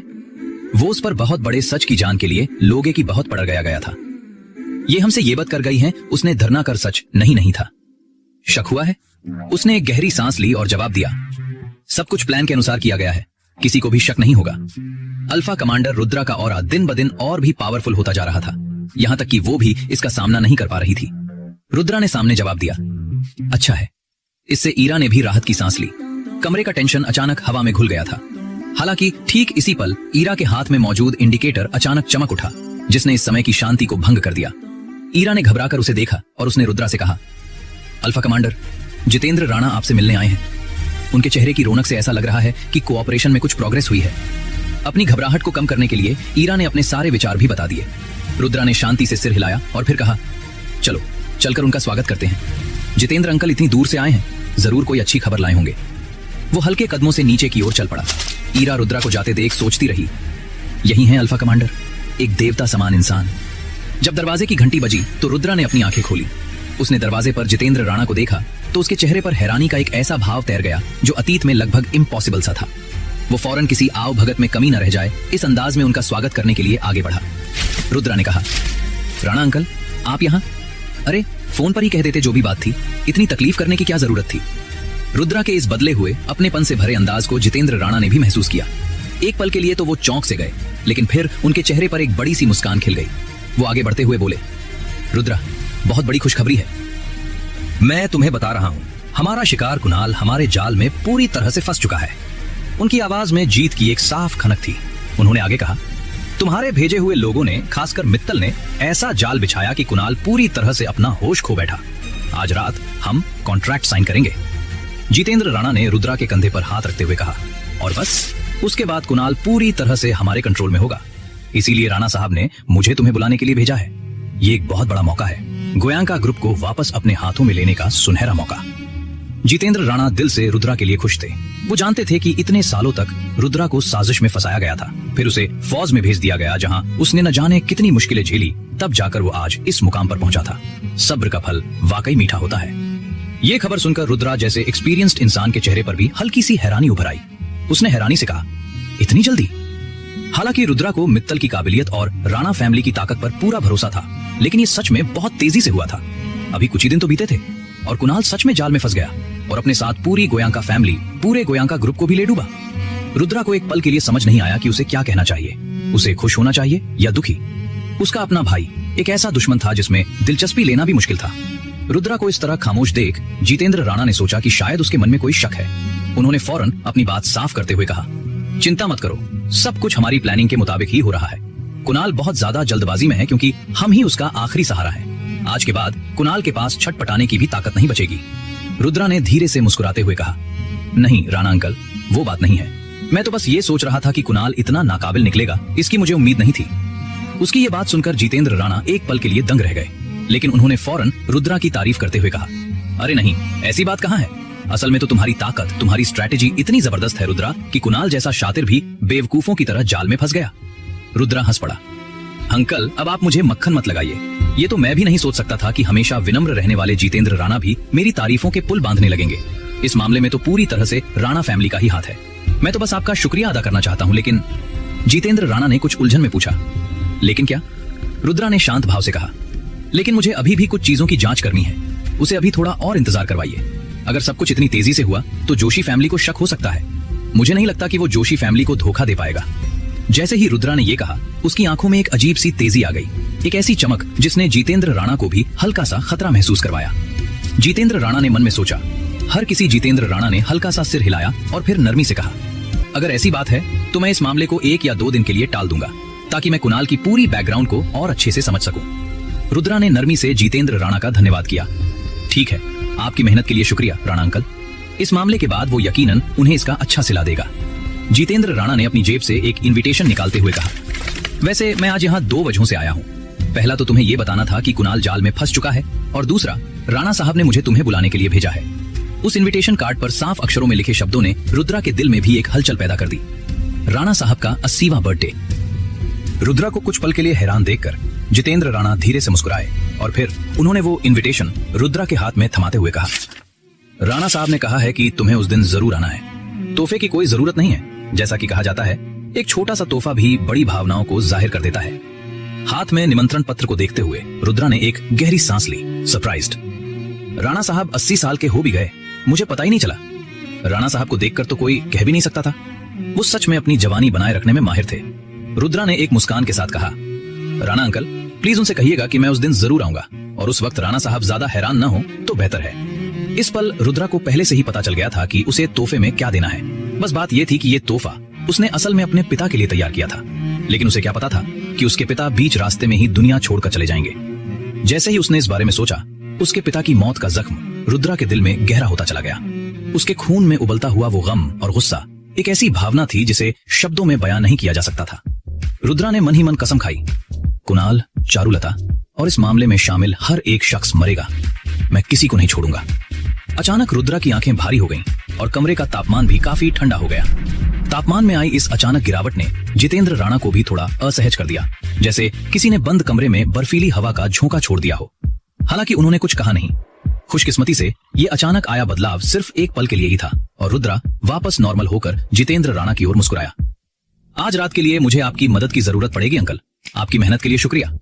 जितेंद्र राणा जोर से हंसे। इसमें तकल्लुफ की कोई बात नहीं। हाँ, याद रखना उस दिन अपने साथ कृति को भी लेकर आना। राणा साहब उसे बहुत पसंद करते हैं। ये सुनकर कि राणा साहब चाहते हैं कि वो कृति को साथ लाए, रुद्रा के चेहरे पर एक फीकी सी मुस्कान आ गई। मैं कोशिश करूंगा। जितेंद्र राणा एक मुस्कान देकर वहां से निकल गए। शहर की सरहदों से दूर एक वीरान जर्जर फैक्ट्री की टूटी दीवारों के बीच लेटेस्ट हथियारों के साथ कुछ गुंडे एक जगह जमा थे। उनका मकसद सिर्फ 2 लोगों पर गिद्ध जैसी नजर रखना था, जिन्हें कसकर रस्सियों से बांध दिया गया था। इस टोली का लीडर गौरव सैनी था, जो रुद्रा का खास आदमी था। इस वक्त अरमान और विहान बंसल को 2 ठंडी लोहे की कुर्सियों से जकड़कर बांधा गया था। उनकी आंखों पर बंधी काली पट्टी किसी आने वाली मौत के अंधेरे की तरह महसूस हो रही थी, जो उनके दिलों में एक अनजाना खौफ पैदा कर रही थी। इस जानलेवा हालात में दोनों का बर्ताव एक दूसरे से जमीन आसमान जितना अलग था। अरमान पागलों की तरह चीख रहा था और उसकी घबराई हुई आवाज फैक्ट्री की टूटी दीवारों से टकरा रही थी। उसने चीखते हुए कहा, कौन हो तुम लोग? मुझे किडनैप क्यों किया है? देखो, मुझे मारना मत प्लीज। मेरे पास बहुत पैसा है, बहुत सारा पैसा। तुम बस मेरी बात मानो और एक फोन करो, वहां से तुम्हें मुंह मांगे पैसे मिलेंगे। उसकी आवाज में गिड़गिड़ाहट और बेबसी साफ झलक रही थी। उसने फिर चिल्लाया, मुझे जाने दो प्लीज, मुझे जाने दो, मुझे चोट मत पहुंचाओ। मैं तो बस एक आम आदमी हूँ, मुझे कुछ नहीं पता और मैंने कुछ नहीं किया। इस शांत वीरान फैक्ट्री में ये अकेली आवाज थी जो गूंज रही थी, और ये दिल दहला देने वाली चीखें उस आदमी की थीं जो दूसरों के पैसों पर ऐश करता था। सामने गोयंका फैमिली के पुराने वफादार विहान बंसल, जिन्हें भी अगवा किया गया था, अपनी कुर्सी पर पत्थर की मूरत बने चुपचाप बैठे थे। उनके मुंह से एक शब्द भी नहीं निकल रहा था। उन्हें नहीं पता था कि उन्हें ओल्ड एज होम से कौन उठा लाया है, लेकिन जिंदगी के एक्सपीरियंस ने उन्हें सिखा दिया था कि ऐसी हालत में चीखना चिल्लाना सरासर बेवकूफी है। वो सच में ये सोच नहीं पा रहे थे कि आखिर उन्हें कौन अगवा कर सकता है, एक ऐसा बूढ़ा आदमी जिसका एक पैर कब्र में लटका हो। उन्होंने मन में सोचा, ये लोग प्रोफेशनल लग रहे हैं। जिस तरह से इन्होंने मुझे ओल्ड एज होम से उठाया, कोई नौसिखिया ऐसा नहीं कर सकता। लेकिन मुझे क्यों? मेरे पास न तो पैसा है, न कोई ताकत। गोयंका फैमिली की सर्विस करते हुए सालों हो गए, अब तो मैं रिटायर हो चुका हूँ, फिर क्यों मुझे अगवा किया? ठीक जब विहान बंसल चुपचाप ये सब सोच रहे थे, एक कार के गरजने की आवाज धीरे धीरे पास आने लगी। इस आवाज ने घबराए हुए अरमान को तुरंत फिर से चीखने पर मजबूर कर दिया। उसने चिल्लाया, बचाओ, हमें यहाँ किडनैप किया गया है, कोई है, हमारी मदद करो। हालांकि आसपास खड़े गार्ड्स ने अरमान की चीखों पर कोई ध्यान नहीं दिया। ये परेशान करने वाला शोर सुनकर विहान बंसल को भी अरमान पर गुस्सा आया और उन्होंने उसे डांटा, चुप हो जाओ, तुम्हें समझ नहीं आता, वो उन्हीं के लोग हैं। लेकिन एक हताश और डरा हुआ आदमी भला कब दूसरों की सलाह सुनता है? फैक्ट्री के बाहर एक कार आकर रुकी। दरवाजा खुला और रुद्रा अपनी पूरी शान के साथ बाहर निकला। उसके पीछे ईरा भी कार से उतरी। इस नजारे को देखते ही गौरव सैनी तुरंत आगे बढ़ा और रुद्रा के पास जाकर अदब से सिर झुकाकर बोला, सर, सब कुछ आपके हुक्म के मुताबिक तैयार है। रुद्रा ने आराम से सिर हिलाया और फैक्ट्री की ओर चल पड़ा। जैसे ही उसने फैक्ट्री में कदम रखा, अरमान की परेशान करने वाली चीखें उसके कानों तक पहुंची। रुद्रा ने अपने एक आदमी की तरफ देखकर हुक्म दिया, एक थप्पड़ लगाओ इसे। हुक्म सुनते ही आदमी तेजी से आगे बढ़ा और अरमान के गाल पर 2 कसकर तमाचे जड़ दिए। अचानक पूरी फैक्ट्री में पहले जैसी मौत की खामोशी छा गई। अरमान, जो कुछ देर पहले तक उछलकूद कर रहा था, अब अपने गालों पर हो रही असहनीय जलन को महसूस कर रहा था। उसके मुंह में खून का नमकीन स्वाद भर गया था और उसका दांत भी अपनी जगह से हिल गया था। उसने समझ लिया था कि अगर वो दोबारा पिटना नहीं चाहता तो उसे अपना मुंह बंद रखना होगा। इस एक्शन ने अरमान के बगल में बैठे विहान बंसल का दिल दहला दिया। वो पहले सोच रहे थे कि ये अपहरणकर्ता उतने खूंखार नहीं है। अगर उनकी चलती तो अरमान को कब का चुप करा दिया गया होता, लेकिन अब ऐसा लग रहा था कि आने वाले मेहमान कोई शरीफ लोग नहीं हैं। हालांकि पता नहीं क्यों, लेकिन अभी अभी जो आवाज उन्होंने सुनी थी वो विहान बंसल को बहुत जानी पहचानी लगी, जैसे उन्होंने इसे बहुत पहले सुना हो। कौन था ये? किसकी आवाज थी ये? ठीक जब विहान बंसल अपने दिल में ये अंदाजा लगा रहे थे, अचानक उनकी आंखों के सामने तेज रोशनी का एक धमाका हुआ, जिससे उन्हें अनजाने में अपनी आंखें कसकर बंद करनी पड़ी। दोनों की आंखों से पट्टी हटा दी गई थी। कुछ देर बाद जब दोनों ने अपनी धुंधलाई आंखों को खोला और सामने के नजारे को देखा तो अरमान की रूह कांप गई। एक जर्जर फैक्ट्री, चारों तरफ धूल जमी हुई और हथियारों से लैस लोगों का एक बड़ा ग्रुप। उसे एक बेहद ठंडा पत्थर दिल आदमी और उसके बगल में खड़ी एक परी जैसी औरत दिखाई दी। लेकिन विहान बंसल की आंखों में दुनिया थम गई थी। उनकी नजरें सिर्फ एक ही चेहरे पर टिकी थी और वो था रुद्रा। उसे देखते ही विहान बंसल का पूरा शरीर बेकाबू होकर कांपने लगा। उनकी आंखें फैल गईं और सांसें अटक गईं। ये देखकर रुद्रा धीरे धीरे कुछ कदम आगे बढ़ा, विहान बंसल के पास आया और बड़ी बेफिक्री से अपना हाथ उनके कांपते कंधे पर रखते हुए नीचे देखकर बोला। उसकी आवाज शांत थी, लेकिन उसमें एक गहरापन था। रुद्रा ने कहा, डरिए मत विहान अंकल। विहान बंसल ने यह आवाज सुनते ही अपने दिल में उठे तूफान को दबाया, चेहरे पर एक हल्की सी मुस्कान लाने की कोशिश की और कहा, छोटे मालिक, आप वापस आ गए। आपको जिंदा देखकर मुझे बहुत खुशी हुई। उनकी आवाज में भावुकता साफ झलक रही थी। रुद्रा ने उनके कंधों पर अपने हाथ रखे और हल्के से कहा, मुझे भी आपसे मिलकर बहुत खुशी हुई, लेकिन आप अभी इस कहानी के मुख्य किरदार नहीं हैं। बस एक पल इंतजार कीजिए। ये कहकर वो अरमान की तरफ चल दिया।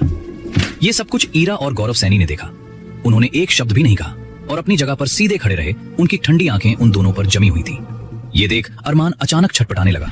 इस नजारे से भागना चाहता था, यहाँ से दूर जाना चाहता था, लेकिन सब कुछ बेकार था। इसके बजाय उसने रुद्रा की शांत आवाज सुनी जो एक सवाल पूछ रही थी।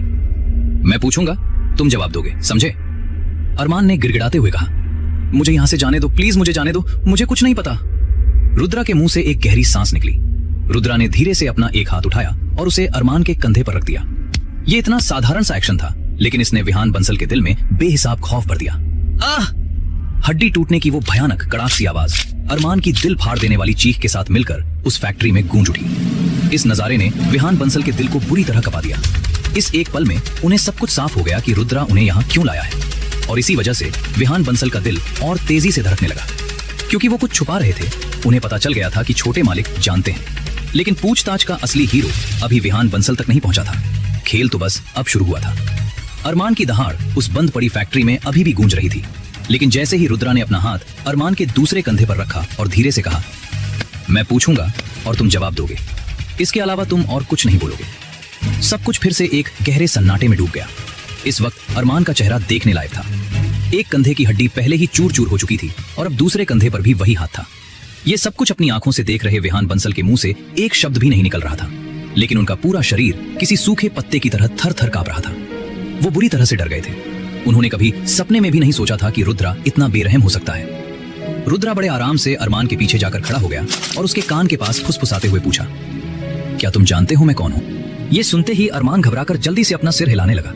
उसने लगभग गिड़गिड़ाते हुए कहा, मैं नहीं जानता साहब, मैंने आपको कभी नहीं देखा। रुद्रा ने डरे हुए अरमान की तरफ कोई ध्यान नहीं दिया और बेपरवाही से कहा, मेरा नाम रुद्रा है, गोयंका फैमिली का सबसे बड़ा बेटा। ये नाम सुनते ही जो अरमान पहले से ही दहशत में था, वो और भी ज्यादा डर गया। उसका पूरा शरीर पागलों की तरह छटपटाने लगा। जाहिर है चारुलता का खास आदमी होने के नाते वो रुद्रा के बारे में जानता था।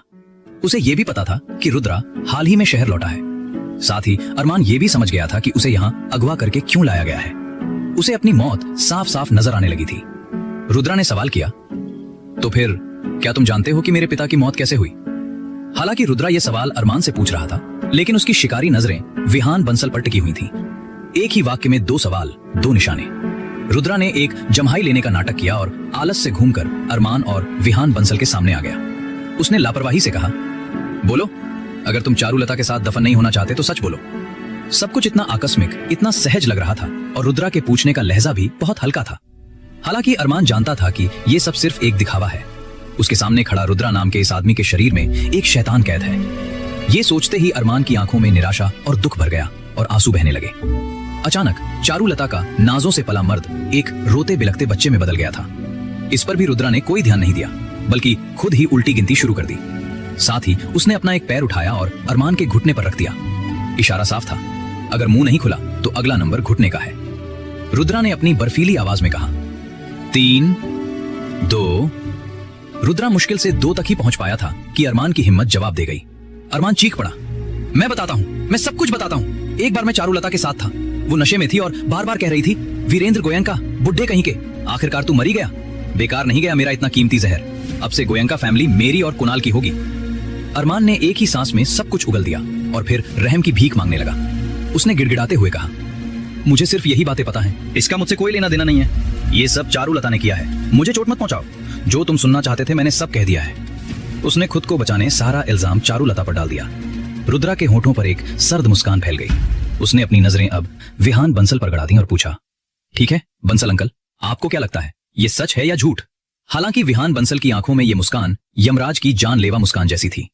रुद्रा के सवाल का सामना करते हुए विहान बंसल हकलाने लगे, छोटे मालिक।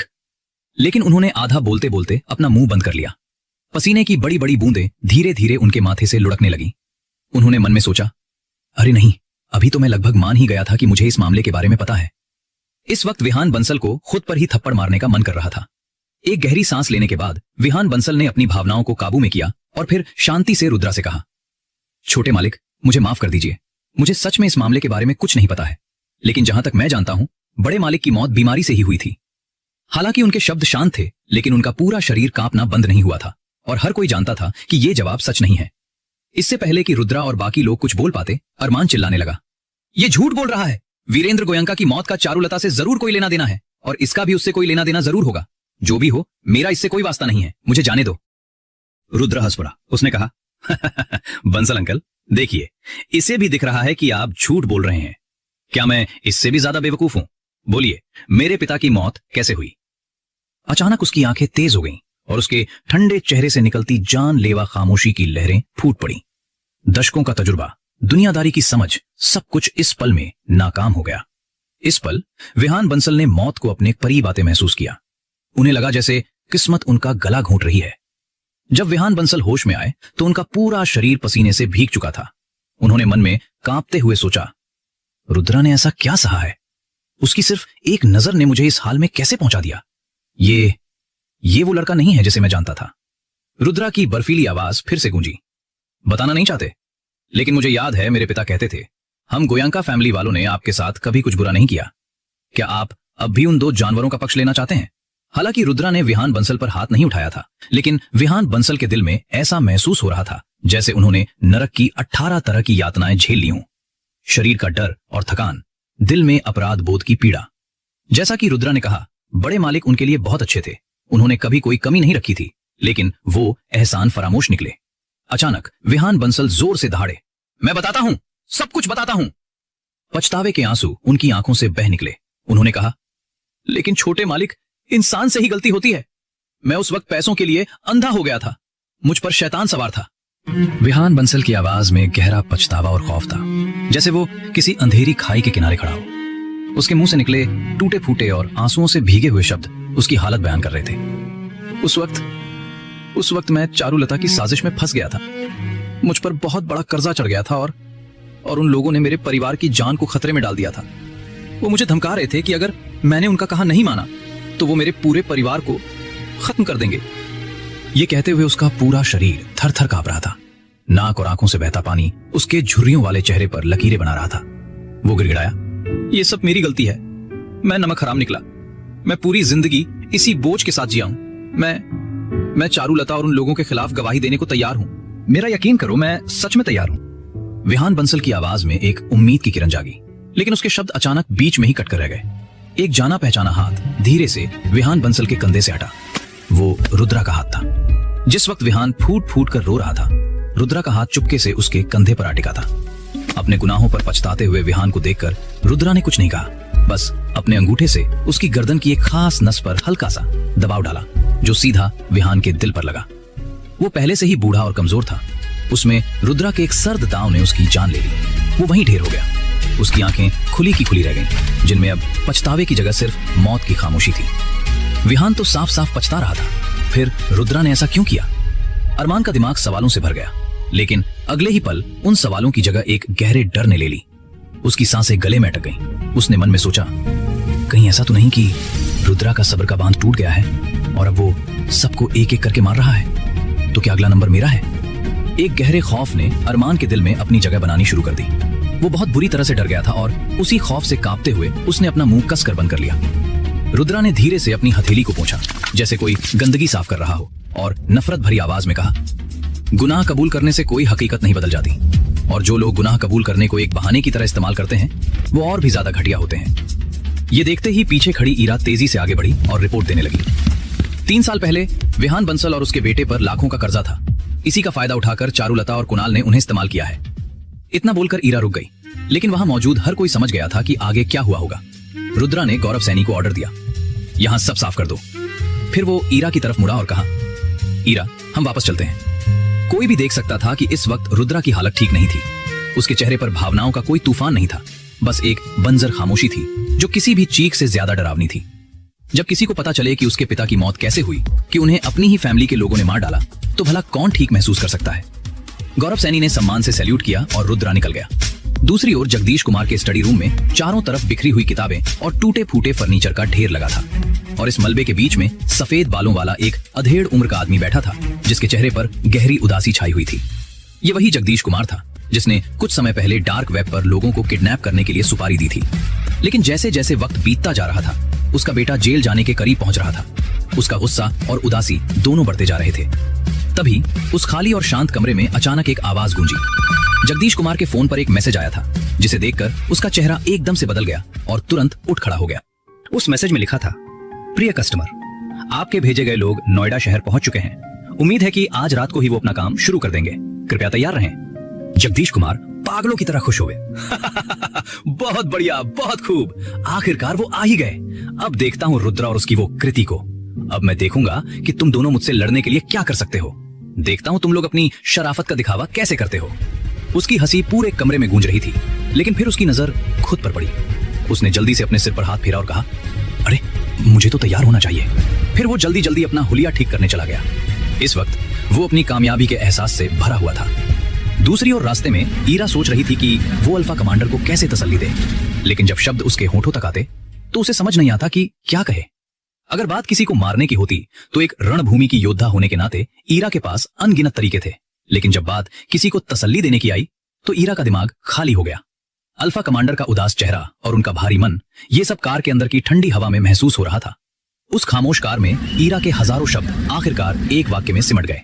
उसने मजबूत आवाज में कहा, अल्फा कमांडर, मैं सभी हत्यारों को जरूर पकड़ूंगी। ये शब्द थे तो तसल्ली देने के लिए, लेकिन ईरा के मुंह से निकलकर एक मिशन की रिपोर्ट जैसे लग रहे थे। हालांकि रुद्रा ने उन शब्दों में छिपी भावना को पूरी तरह महसूस कर लिया था। रुद्रा ने अपनी भावनाओं को काबू में किया और कार चला रही ईरा से कहा, कोई बात नहीं, उन्हें उनके किए की सजा मिलेगी और कोई भी बच नहीं पाएगा। इतना कहने के बाद भी मन को शांत करना मुश्किल था। ईरा इस एहसास को अच्छी तरह समझती थी, ठीक वैसे ही जैसे जब उसके माँ बाप को उसकी आंखों के सामने मार दिया गया था। वो आज तक उस मंजर को नहीं भूल पाई है। लेकिन जब अल्फा कमांडर ने ऐसा कह दिया था तो ईरा को पूरे रास्ते चुप रहना पड़ा, पर उसके दिल में चिंता कभी कम नहीं हुई। तभी ईरा के फोन पर अचानक एक टेक्स्ट मैसेज आया। वो मैसेज पढ़कर उसके चेहरे के भाव गंभीर हो गए। उसने तुरंत रुद्रा को रिपोर्ट किया, अल्फा कमांडर को रिपोर्ट है, साउथ माउंटेन विला के बाहर कुछ लोग निगरानी कर रहे हैं। वो देखने में बहुत प्रोफेशनल लग रहे हैं, किसी सुपारी किलर की तरह, और उनका निशाना आप और कृति हैं। पिछली बार जिया के अपहरण के बाद गौरव सैनी ने एक एलीट टीम को साउथ माउंटेन विला के आसपास लंबे समय तक रहने के लिए तैनात कर दिया था, ताकि अल्फा कमांडर की सिक्योरिटी सुनिश्चित हो सके। इतना ही नहीं, ईरा ने भी खुफिया तौर पर कई गार्ड्स को तैनात किया था। रुद्रा की आंखों में एक तेज चमक उभरी। उसने ठंडी आवाज में कहा, तो आखिरकार वो मेरे खिलाफ कदम उठाने जा रहे हैं। अच्छी बात है, लेकिन मुझे लगता है कि ये नोएडा शहर के नहीं है। मैं देखना चाहता हूं कि इसके पीछे कौन है। आज रुद्रा का मूड अच्छा नहीं था और ठीक इसी वक्त कोई मुसीबत मोल लेने चला आया था। ईरा ने तुरंत रिपोर्ट दी, जी, ये लोग आज ही नोएडा शहर में दाखिल हुए हैं और हम उनकी असली आइडेंटिटी की जांच कर रहे हैं। फिर उसने एक्सेलरेटर पर पैर दबाया और कार की रफ्तार तुरंत बढ़ गई। साउथ माउंटेन विला के बाहर एक कार तेजी से आ रही थी, लेकिन विला के पास पहुंचते पहुंचते वो धीमी हो गई। वो विला के बाहर एक गली के कोने पर आकर रुकी। ये जगह उन हत्यारों की नजर से बचने के लिए बिल्कुल सही थी। जैसे ही कार रुकी, रुद्रा सबसे पहले बाहर निकला और रात के घने अंधेरे में ऐसे गायब हो गया जैसे वो कभी था ही नहीं। उसके निकलते ही आसपास की हवा का तापमान अचानक कई डिग्री नीचे गिर गया। यह देखकर ईरा भी जल्दी से उसके पास गई। रात के सन्नाटे में एक अजीब सी आहट गूंज रही थी। इंपीरियल विला की शानदार रोशनी से कुछ दूर अंधेरे में एक मामूली सी कमर्शियल गाड़ी थी। उसकी साधारण और धूल धूसरित शक्ल देखकर कोई अंदाजा भी नहीं लगा सकता था कि उसके अंदर 3 हट्टे कट्टे आदमी किसी बड़े शिकार की फिराक में बैठे हैं। उनमें से एक आदमी की आंखें बाज की तरह सीधे विला पर गड़ी थीं। दूसरा सड़क पर नजरें जमाए हुए था। आने जाने वाली हर गाड़ी को ऐसे घूर रहा था जैसे रुद्रा की परछाई तक को पकड़ लेना चाहता हो। उनकी खबर पक्की थी, रुद्रा इस वक्त एक खूबसूरत औरत के साथ बाहर घूमने गया था। उन गुंडों का सरदार, जो देखने में ही उनका लीडर लग रहा था, आगे पैसेंजर सीट पर बादशाहों की तरह पसरा हुआ था। उसके हाथ में कुछ तस्वीरें थीं। तस्वीरों में रुद्रा की शक्ल उसके ध्यान का केंद्र नहीं थी।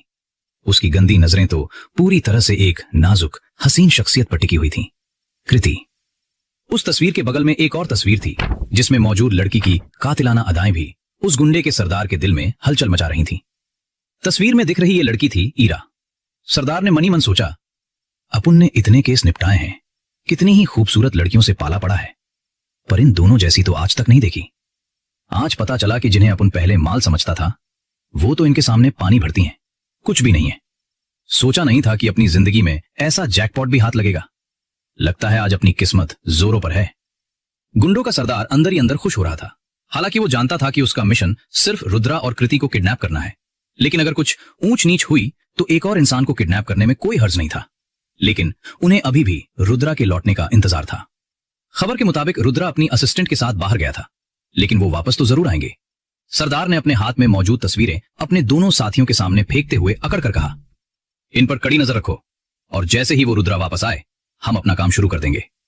तीनों को एक साथ रस्सी से ऐसा बांधेंगे कि हिल भी ना पाए, और फिर तो हम जो चाहे वो कर सकते हैं। उसके मुंह के कोने पर एक शैतानी मुस्कान तैर गई, मगर उसकी बात खत्म होने के बाद भी गाड़ी में पूरी खामोशी छाई रही। किसी ने जवाब नहीं दिया।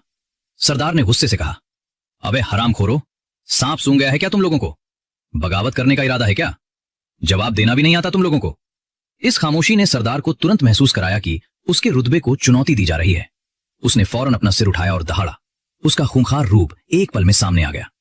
लेकिन जैसे ही वो अपने दोनों साथियों को सबक सिखाने के लिए आगे बढ़ा, उसके उठे हुए हाथ उसी पल हवा में जम गए, क्योंकि ठीक उसकी आंखों के सामने एक काली बंदूक की नली थी। काली बंदूक की नली ने एक झटके में सरदार का दिल ठंडा कर दिया।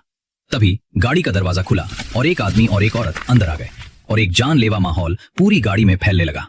वो और कोई नहीं पर रुद्रा और ईरा थे। गुंडों में से किसी में भी जरा सी हरकत करने की हिम्मत नहीं थी।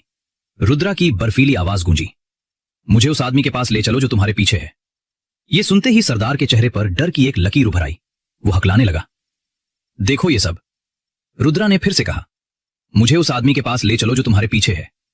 वही वाक्य था, वही अल्फाज, लेकिन इस बार रुद्रा का हाथ अचानक उसके एक साथी की गर्दन पर कसा और हड्डी टूटने वाली सूखी तेज आवाज के साथ एक लाश सीट पर लुढ़क गई। उस लाश की फैली हुई आंखें देख सबकी सांसें रुक गईं। भले मौसम ठंडा था, लेकिन सरदार और उसका दूसरा जिंदा बचा हुआ साथी ठंडे पसीने से तरबतर हो गए। सरदार ने कांपती हुई आवाज में जल्दी जल्दी कहा, ठीक है साहब, लेकिन मुझे पहले एक मैसेज भेजना होगा। हमको नहीं पता कि क्लाइंट कहां है, लेकिन माल पहुंचने पर वो खुद आ जाएगा। इस वक्त ना कहने की हिम्मत उसमें नहीं थी। रुद्रा ने धीरे से सिर हिलाया और हल्के से कहा, ठीक है, उम्मीद है सब कुछ वैसा ही होगा जैसा बताया गया है। सरदार ने घबरा कर कहा, हां साहब, आप फिक्र न करें, वो यकीनन आएगा। सरदार ने जल्दी से सिर हिलाकर हामी भरी, फिर अपना फोन निकाला और रुद्रा के सामने एक टेक्स्ट मैसेज भेजा। मैसेज था, आदमी पकड़ लिया गया है, क्लाइंट से संपर्क करें। जैसे ही ये टेक्स्ट मैसेज भेजा गया, ठीक उसी वक्त एक अस्त व्यस्त स्टडी रूम में जगदीश कुमार, जो जाने के लिए तैयार बैठा था, अचानक उसके फोन पर यही टेक्स्ट मैसेज आया, पकड़ा गया, कृपया क्लाइंट सबर्ब्स में मौजूद जंगल में पहुंच जाए, क्लाइंट की खुशगवार खपत के लिए धन्यवाद। इस टेक्स्ट मैसेज को देखते ही जगदीश कुमार जोर जोर से हंस पड़ा और बिना एक शब्द कहे वो दरवाजे से बाहर भागा, अपनी गाड़ी को सीधा जंगल की तरफ दौड़ा दिया। उसके दिल का जुनून इस पल में जैसे फिर से जिंदा हो गया था। उसने पीछे से अपनी बीवी की बकबक पर कोई ध्यान नहीं दिया। रास्ते में गाड़ी चलाते हुए जगदीश कुमार अपने अगले मंजर की कल्पना कर सकता था। एक ऐसा मंजर जहां रुद्रा और कृति उसके सामने घुटनों के बल बैठे हों और लगातार रहम की भीख मांग रहे हों। उसने मन में सोचा, देखता हूं रुद्रा, आज तुझे तेरी औकात दिखाता हूं। मेरी कृति पर नजर डालता है, आज तू और तेरी वो घमंडी बीवी दोनों मेरे पैरों पर नाक रगड़ोगे। ये सोचते सोचते उसके मुंह से एक जोरदार कहकहा निकला। घने जंगल के बीचों बीच एक पुराना लकड़ी का बना एक घर था। ये वही था जिसका जिक्र उस मैसेज में था, जहां जगदीश कुमार को बुलाया गया था। रुद्रा और ईरा बाकी लोगों के साथ यहां वक्त से पहले ही पहुंच गए थे। अब इंतजार था तो उस मास्टरमाइंड का। रुद्रा अपनी आंखों से देखना चाहता था कि आखिर किसने ऐसी जुर्रत की जो अल्फा कमांडर को रास्ते से हटाने के लिए भाड़े के लोगों को रखा था। रुद्रा का खून खौल रहा था और उसका ये रूप उसके दुश्मनों के लिए मौत का पैमान था। एक बात साफ थी कि आज वहां रुद्रा के हाथों से कोई भी जिंदा बचकर नहीं जा सकता था। कुछ देर में अपनी चमचमाती सेडान में जगदीश कुमार वहां पहुंचा, लेकिन वो सीधे जंगल में उस घर की तरफ नहीं गया। उसने अपनी कार को थोड़ा घुमाकर आसपास के माहौल का जायजा लेना शुरू किया। हालांकि उसका दिल आने वाली जीत के घमंड और उत्साह से भरा हुआ था, लेकिन इतने सालों के एक्सपीरियंस ने उसे सावधान बना दिया था। खुशकिस्मती से चारों तरफ देखने के बाद जंगल के उस घर के आसपास कोई खास प्रॉब्लम नजर नहीं आ रही थी। घर के बगल में खड़ी एक कार के अलावा दूर तक कोई और इंसान नजर नहीं आ रहा था। सब कुछ सेफ है। देखकर जगदीश कुमार अपने दिल में उठ रही खुशी की लहर को और नहीं दबा सका। उसने मन में सोचा, रुद्रा, कृति, तुम दोनों बस मेरा इंतजार करो। मैं तुम्हें ऐसा सबक सिखाऊंगा कि जिंदगी भर याद रखोगे। ये है पैसे की ताकत, एक ऐसी ताकत जिसे तुम जैसे मामूली लोग कभी नहीं समझ पाओगे। ये सोचते ही उसने एक्सेलरेटर पर पैर दबाया और तेजी से उस घर की तरफ बढ़ गया। लेकिन जैसे ही जगदीश कुमार उत्साह के साथ उस घर का दरवाजा खोलकर अंदर दाखिल हुआ, अचानक सब कुछ थम गया। एक पल में ही सारा माहौल किसी शमशान घाट की तरह ठंडा और बेजान हो गया। उसके चेहरे पर जो जीत की चमक थी वो एक झटके में गायब हो गई और उसकी जगह गहरे डर और खौफ ने ले ली। वो चीखना चाहता था पर उसकी आवाज उसके गले में ही अटक रह गई, क्योंकि वो एक काली बंदूक के निशाने पर था। हवा में तैरता मौत का एहसास इतना घना था कि जगदीश कुमार की सांसें अटकने लगी। जगदीश कुमार अपनी जगह पर बुत बनकर जम गया था। वो हिलने की भी हिम्मत नहीं कर पा रहा था। उसे समझ नहीं आ रहा था कि उसने ऐसा क्या कर दिया कि सामने खड़ी ये खूबसूरत औरत उसके सिर पर बंदूक ताने खड़ी है। जगदीश कुमार ने कांपती हुई आवाज में कहा, देखो, आपको कोई गलतफहमी हुई है। मैं क्लाइंट हूँ। आपने मुझ पर बंदूक क्यों तान रखी है? बंदूक पकड़ने वाली और कोई नहीं पर ईरा ही थी। ईरा ने कोई जवाब नहीं दिया, बल्कि उसकी तरफ बढ़ी और उसे कॉलर से पकड़कर घर के अंदर घसीट लिया। फिर उसने जगदीश कुमार को किसी कूड़े के ढेर की तरह अंदर की ओर धकेल दिया। जमीन पर गिरते ही जगदीश कुमार सीधा मुंह के बल गिरा। जगदीश कुमार दर्द से कराहते हुए तुरंत चिल्लाया, आह! लेकिन अगले ही पल जब उसने अपना सिर उठाकर सामने देखा तो वो हैरान रह गया, क्योंकि उसने देखा 2 मजबूत आदमियों को रस्सियों से कसकर बांधा गया था। वो लगातार छटपटा रहे थे, जैसे यहाँ से भागना चाहते हों, लेकिन जगदीश कुमार उन्हें बिल्कुल नहीं जानता था। पर इसके बाद जो शख्स परछाई से निकलकर रोशनी में आया, उसे देखकर जगदीश कुमार के चेहरे का रंग उड़ गया। वो बिना कुछ कहे पीछे मुड़कर भागना चाहता था, लेकिन तभी ईरा ने उसे एक लात मारी और वो फिर से जमीन पर गिर पड़ा। एक बार फिर वो मुंह के बल गिरा। वो बस कांप रहा था, क्योंकि उसने रुद्रा को देखा था, जो पूरी तरह से सही सलामत खड़ा था। रुद्रा के हाथ में एक काली बंदूक थी। जगदीश कुमार तुरंत समझ गया था कि डार्क वेब पर किसी को हायर करने की उसकी कोशिश नाकाम हो चुकी है। ये सब एक जाल था। उसने मन में सोचा, भागो, सिर्फ जिंदा रहकर ही कोई उम्मीद बच सकती है। वो मरना नहीं चाहता था, लेकिन अफसोस, एक बूढ़ा आदमी भला कहां तक भाग पाता। ईरा ने एक हल्की सी लात मारकर उसे वापस नरक में धकेल दिया। रुद्रा की शांत आवाज गूंजी, तो वो मास्टरमाइंड तुम हो? जगदीश कुमार ने गिड़गिड़ाते हुए कहा, नहीं, ये मैं नहीं हूँ। मुझे धोखा दिया गया है। मुझे मत मारो, प्लीज मुझे मत मारो। मैं प्राइम केयर यूनिवर्सिटी का चेयरमैन हूँ। तुम मेरे साथ ऐसा नहीं कर सकते। वो फिर गिड़गिड़ाया, मुझे जाने दो, प्लीज मुझे जाने दो। तुम जो कुछ भी चाहते हो मैं तुम्हें दे सकता हूँ। जितना पैसा कहोगे उतना दूंगा। मैं कृति का प्रमोशन करवा सकता हूँ। मैं तुम्हें इतना पैसा दूंगा कि तुम्हें खाने पीने की कभी चिंता नहीं करनी पड़ेगी, पर मुझे छोड़ दो। जगदीश कुमार बिना किसी झिझक के तुरंत रुद्रा के सामने घुटनों के बल बैठ गया और गिड़गिड़ाने लगा। जिंदगी और मौत के सवाल पर उसने तुरंत समझौता करना चुना, क्योंकि कुछ भी हो, जिंदा रहना सबसे जरूरी था। रुद्रा ने अपनी बंदूक उठाई और जगदीश कुमार के माथे पर निशाना साधते हुए शांति से कहा, चुप रहो, सर नीचे कर। उसने फौरन अपना मुंह बंद कर लिया और उसका उठा हुआ माथा धीरे धीरे नीचे झुक गया। वो मरना नहीं चाहता था। भले ही उम्मीद बहुत कम थी, लेकिन वो इसके लिए लड़ने की कोशिश करना चाहता था। जैसे ही जगदीश कुमार ने अपना सिर नीचे किया, उसके पीछे खड़ी ईरा ने बंदूक का पिछला हिस्सा उठाया और पूरी ताकत से जगदीश कुमार की गर्दन पर दे मारा। जगदीश कुमार का भारी शरीर बेजान होकर जमीन पर गिर पड़ा। रुद्रा ने ऑर्डर दिया, किसी को बुलाकर इसे ठिकाने लगाओ। ईरा ने हाँ में अपना सिर हिलाया। ठीक है अल्फा कमांडर। रुद्रा ने एक मुस्कान के साथ कहा, इसे इसके बेटे से मिला दो। परिवार को एक साथ ही रहना चाहिए। रुद्रा असल में अंदाजा लगा चुका था कि जगदीश कुमार उसे और कृति को क्यों अगवा करना चाहता था, और वो वजह बदले के अलावा और कुछ नहीं हो सकती थी। अफसोस कि उसका पाला रुद्रा से पड़ गया था। ईरा ने रुद्रा से कहा, आप चिंता मत कीजिए अल्फा कमांडर। उसने मन में सोचा, जो अल्फा कमांडर पर हमला करने की हिम्मत करते हैं, वो बस अपनी मौत को दावत दे रहे हैं। जब तुम अपने बेटे को बचाने के लिए इतने ही उतावले हो, तो चलो मैं तुम्हारी ये इच्छा पूरी कर देती हूँ। रुद्रा के लिए ये रात ऐसी ही थी, क्योंकि जगदीश कुमार का तमाशा बहुत ही निचले लेवल का था। इतना घटिया कि रुद्रा को इसमें कोई दिलचस्पी ही नहीं थी। उसने ये सारा काम ईरा पर छोड़ दिया। बिना किसी ऊंची पहुंच वाला एक मामूली डायरेक्टर रुद्रा जब चाहता उसे मसल सकता था। ये उसके लिए चुटकियों का खेल था। लेकिन जब रुद्रा विला में लौटा और विला के अंदर कीर्ति और जिया को खुशी से खिलखिलाते हुए देखा, तो उसे तुरंत अपने दिल में एक सुकून का एहसास हुआ। खुशी की वो भावनाएं रुद्रा के दिल में भर गईं, जिसने आज के दिन उसे थोड़ा आराम पहुंचाया। जिया खुशी खुशी रुद्रा की तरफ दौड़ी और खुद को उसकी बाहों में फेंक दिया। पापा आप आ गए। अपनी बाहों में जिया को देखकर रुद्रा दिल से मुस्कुराया। आज के दिन के सारे दुख और सारी उदासी यहीं खत्म हो गई। देर रात का सन्नाटा और भी गहरा हो गया था। घर के बाकी सब लोग, जिया और कृति, गहरी नींद के आगोश में थे। इस खामोशी को रुद्रा के भारी कदमों की आहट चीर रही थी, जो अपनी बहन आर्या के कमरे की ओर बढ़ रहा था। हर कदम के साथ उसके दिल पर रखा बोझ जैसे और भारी होता जा रहा था। उसने धीरे से कमरे का दरवाजा खोला तो अंदर एक अजीब सा सुकून महसूस हुआ।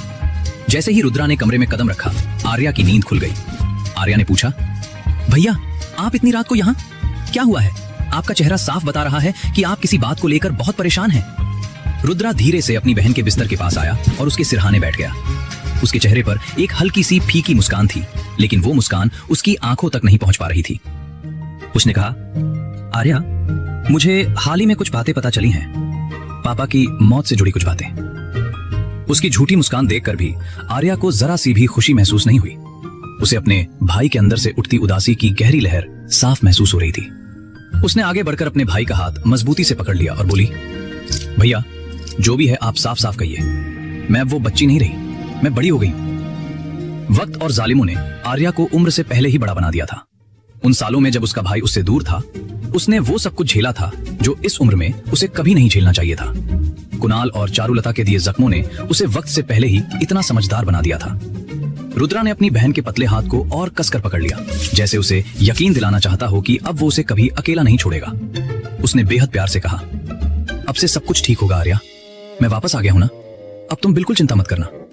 आर्या ने कहा, भैया जब आप साथ होते हैं तो मुझे हमेशा बहुत सुकून महसूस होता है। एक पल की खामोशी के बाद रुद्रा ने अपनी बहन को गहरी नजरों से देखा। इतने दिनों के आराम और देखभाल के बाद भी उसकी बहन अभी भी दुबली पतली और बेहद कमजोर थी। उसके चेहरे की पीली रंगत में ज्यादा बदलाव नहीं आया था।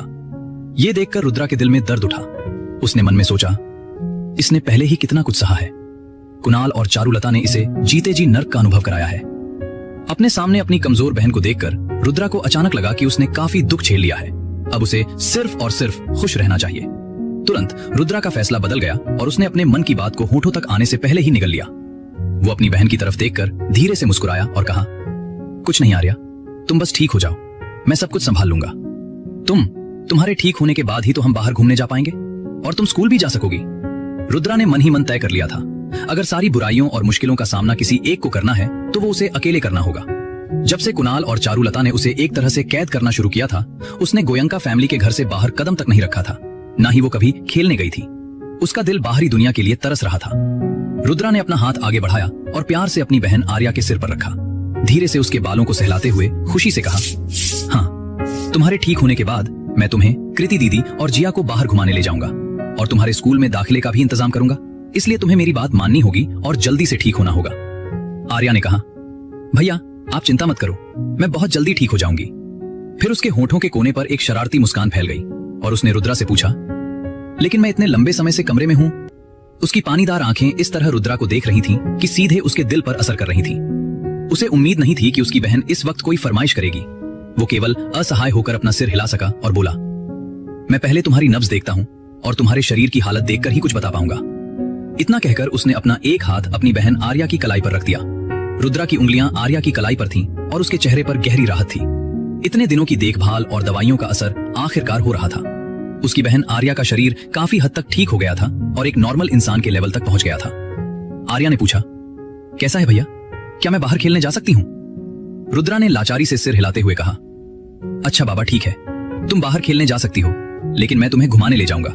हम सब साथ में पहाड़ों पर ट्रैकिंग करने चले, कैसा रहेगा? आर्या खुशी से चहक उठी। ट्रैकिंग, वाह, बहुत मजा आएगा, बहुत अच्छा। हम कृति दीदी को भी बुला सकते हैं और जिया को भी, और फिर सब साथ में डिनर करेंगे। भैया क्या ख्याल है? आर्या ने अपने भाई को एक शरारती मुस्कान के साथ देखा। उसे कृति और जिया बहुत पसंद थी और इसलिए वो यहाँ अपने भाई की मदद करने वाली थी। रुद्रा ने अपनी बहन को प्यार से देखा और हंसते रोते हुए कहा, तुम सच में शैतान हो, तुम्हें मेरे मामलों की चिंता करने की जरूरत नहीं है, फिक्र मत करो, मैं कल सुबह उनसे पूछ लूंगा। बेशक वो आर्या के मन की बात थोड़ी बहुत समझ रहा था, लेकिन ये अच्छा भी था। लगता है आर्या को कृति और जिया पसंद आ गई है। रुद्रा ने आर्या के सिर को थपथपाया और बोला, ठीक है आर्या, अब तुम आराम से सो जाओ, कल मैं तुम्हें बाहर ताजी हवा में ले जाऊंगा। आर्या ने हाँ में अपना सिर हिलाया, तुरंत अपना आधा सिर रजाई में छिपा लिया और प्यार से जवाब दिया, ठीक है भैया, आप भी अच्छे से आराम करना, खुद को ज्यादा थकाना मत।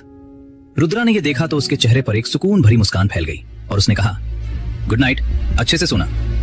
फिर वो दरवाजे से बाहर निकल गया। इसके बाद रुद्रा सीधा घर की छत पर आ गया। तारों भरा आकाश शानदार लग रहा था और चेहरे को छूने वाली हल्की हवा ने रुद्रा के अंदर की आग को थोड़ी ठंडक दी। अपने सामने के नजारे को देखते हुए रुद्रा ने मन ही मन एक कसम खाई, पापा मैं वापस आ गया हूँ, मैं हमारा सब कुछ वापस हासिल कर लूंगा, मैं हर चीज का ख्याल रखूंगा, आप चिंता मत करना। उसकी आंखों में एक ऐसा संकल्प था जिसे कोई तोड़ नहीं सकता था।